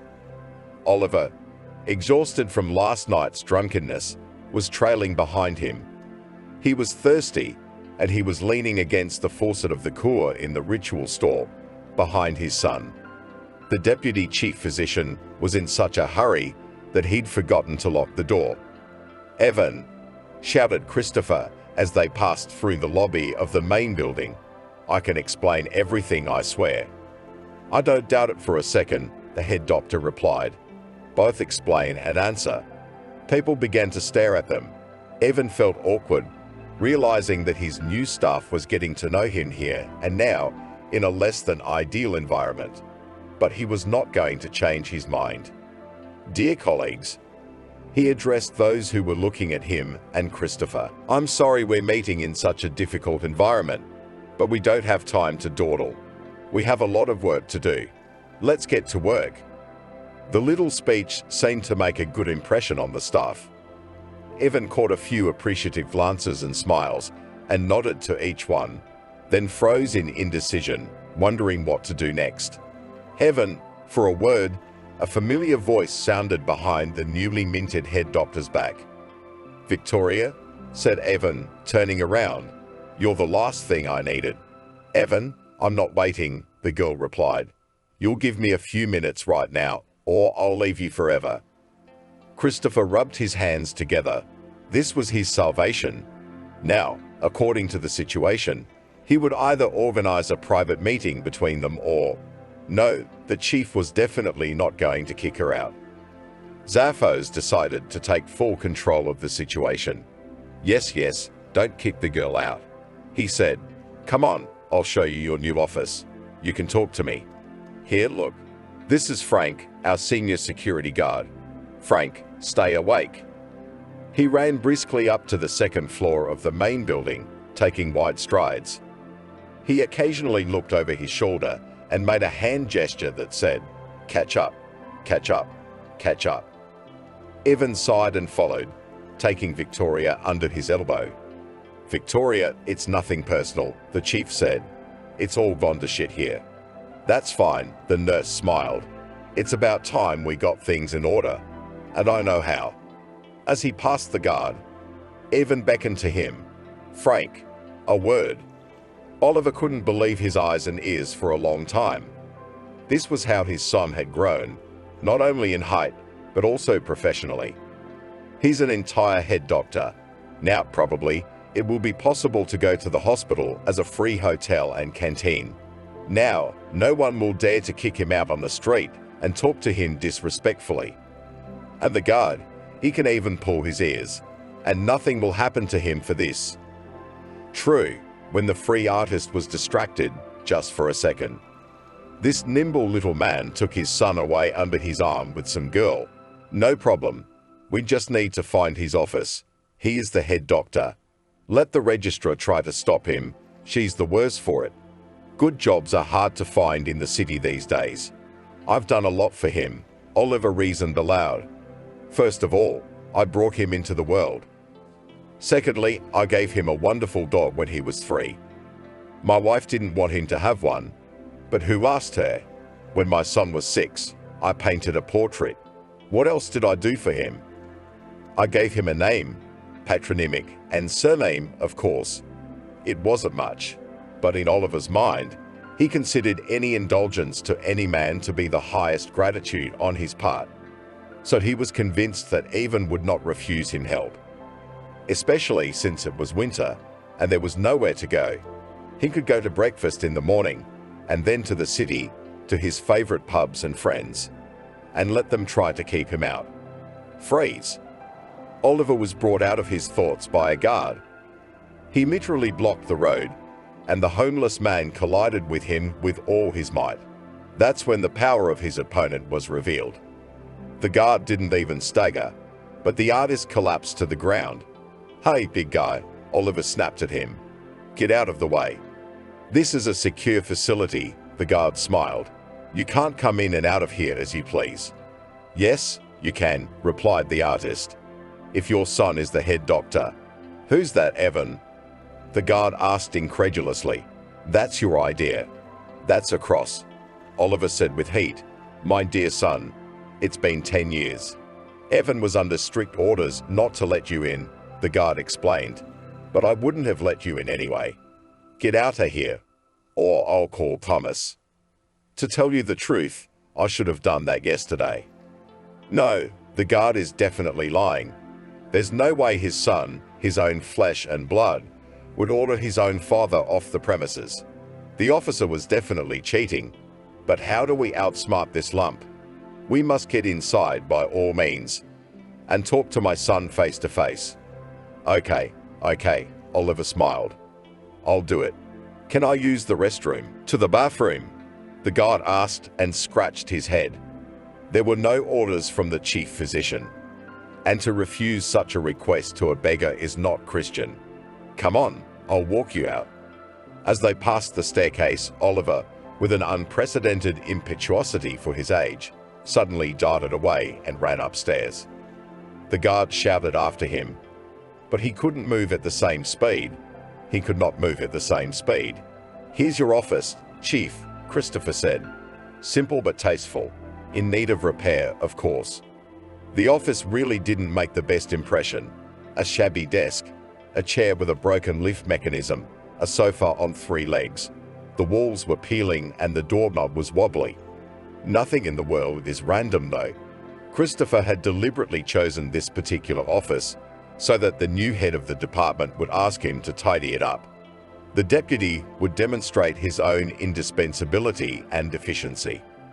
"Good," Evan said. He was unimpressed by this environment. "Leave us alone." What about? Christopher began to wail. He was waiting for instructions to clean up the office. "All right, go," Evan demanded. "We'll deal with you later." The deputy walked out the door, puzzled. "Say how messy it is," Evan said. "What I have to work with here. You won't believe what happened." "Evan, I've been thinking," Victoria said with a touch of solemnity. "Marry me." With these words, she got down on one knee, took a box out of her pocket and opened it. Inside were a pair of charming cufflinks. "Victoria, get up immediately," the head doctor demanded. "What kind of joke is this?" "What kind of jokes?" the girl questioned. "You don't ask me to marry you, so I decided to ask you myself. Well, say yes or no." The door swung open. Oliver stood on the threshold, and a few seconds later the guard ran up. "Son," shouted the artist. "Son, that's how you are with your father, isn't it?" "Evan, I'm sorry." The guard shouted over him. "That old rascal has escaped." "I've overtaken." The head doctor was silent. Then he looked at Victoria, who continued to kneel, and said, "You wanted to meet my father." Evan pointed at the dirty bum. "Meet Oliver Walker." After, Evan, after, the girl said impatiently. "I was asking you a question." "I agree, Victoria. I'm in. Only on one condition. You'll work here with me." "Okay,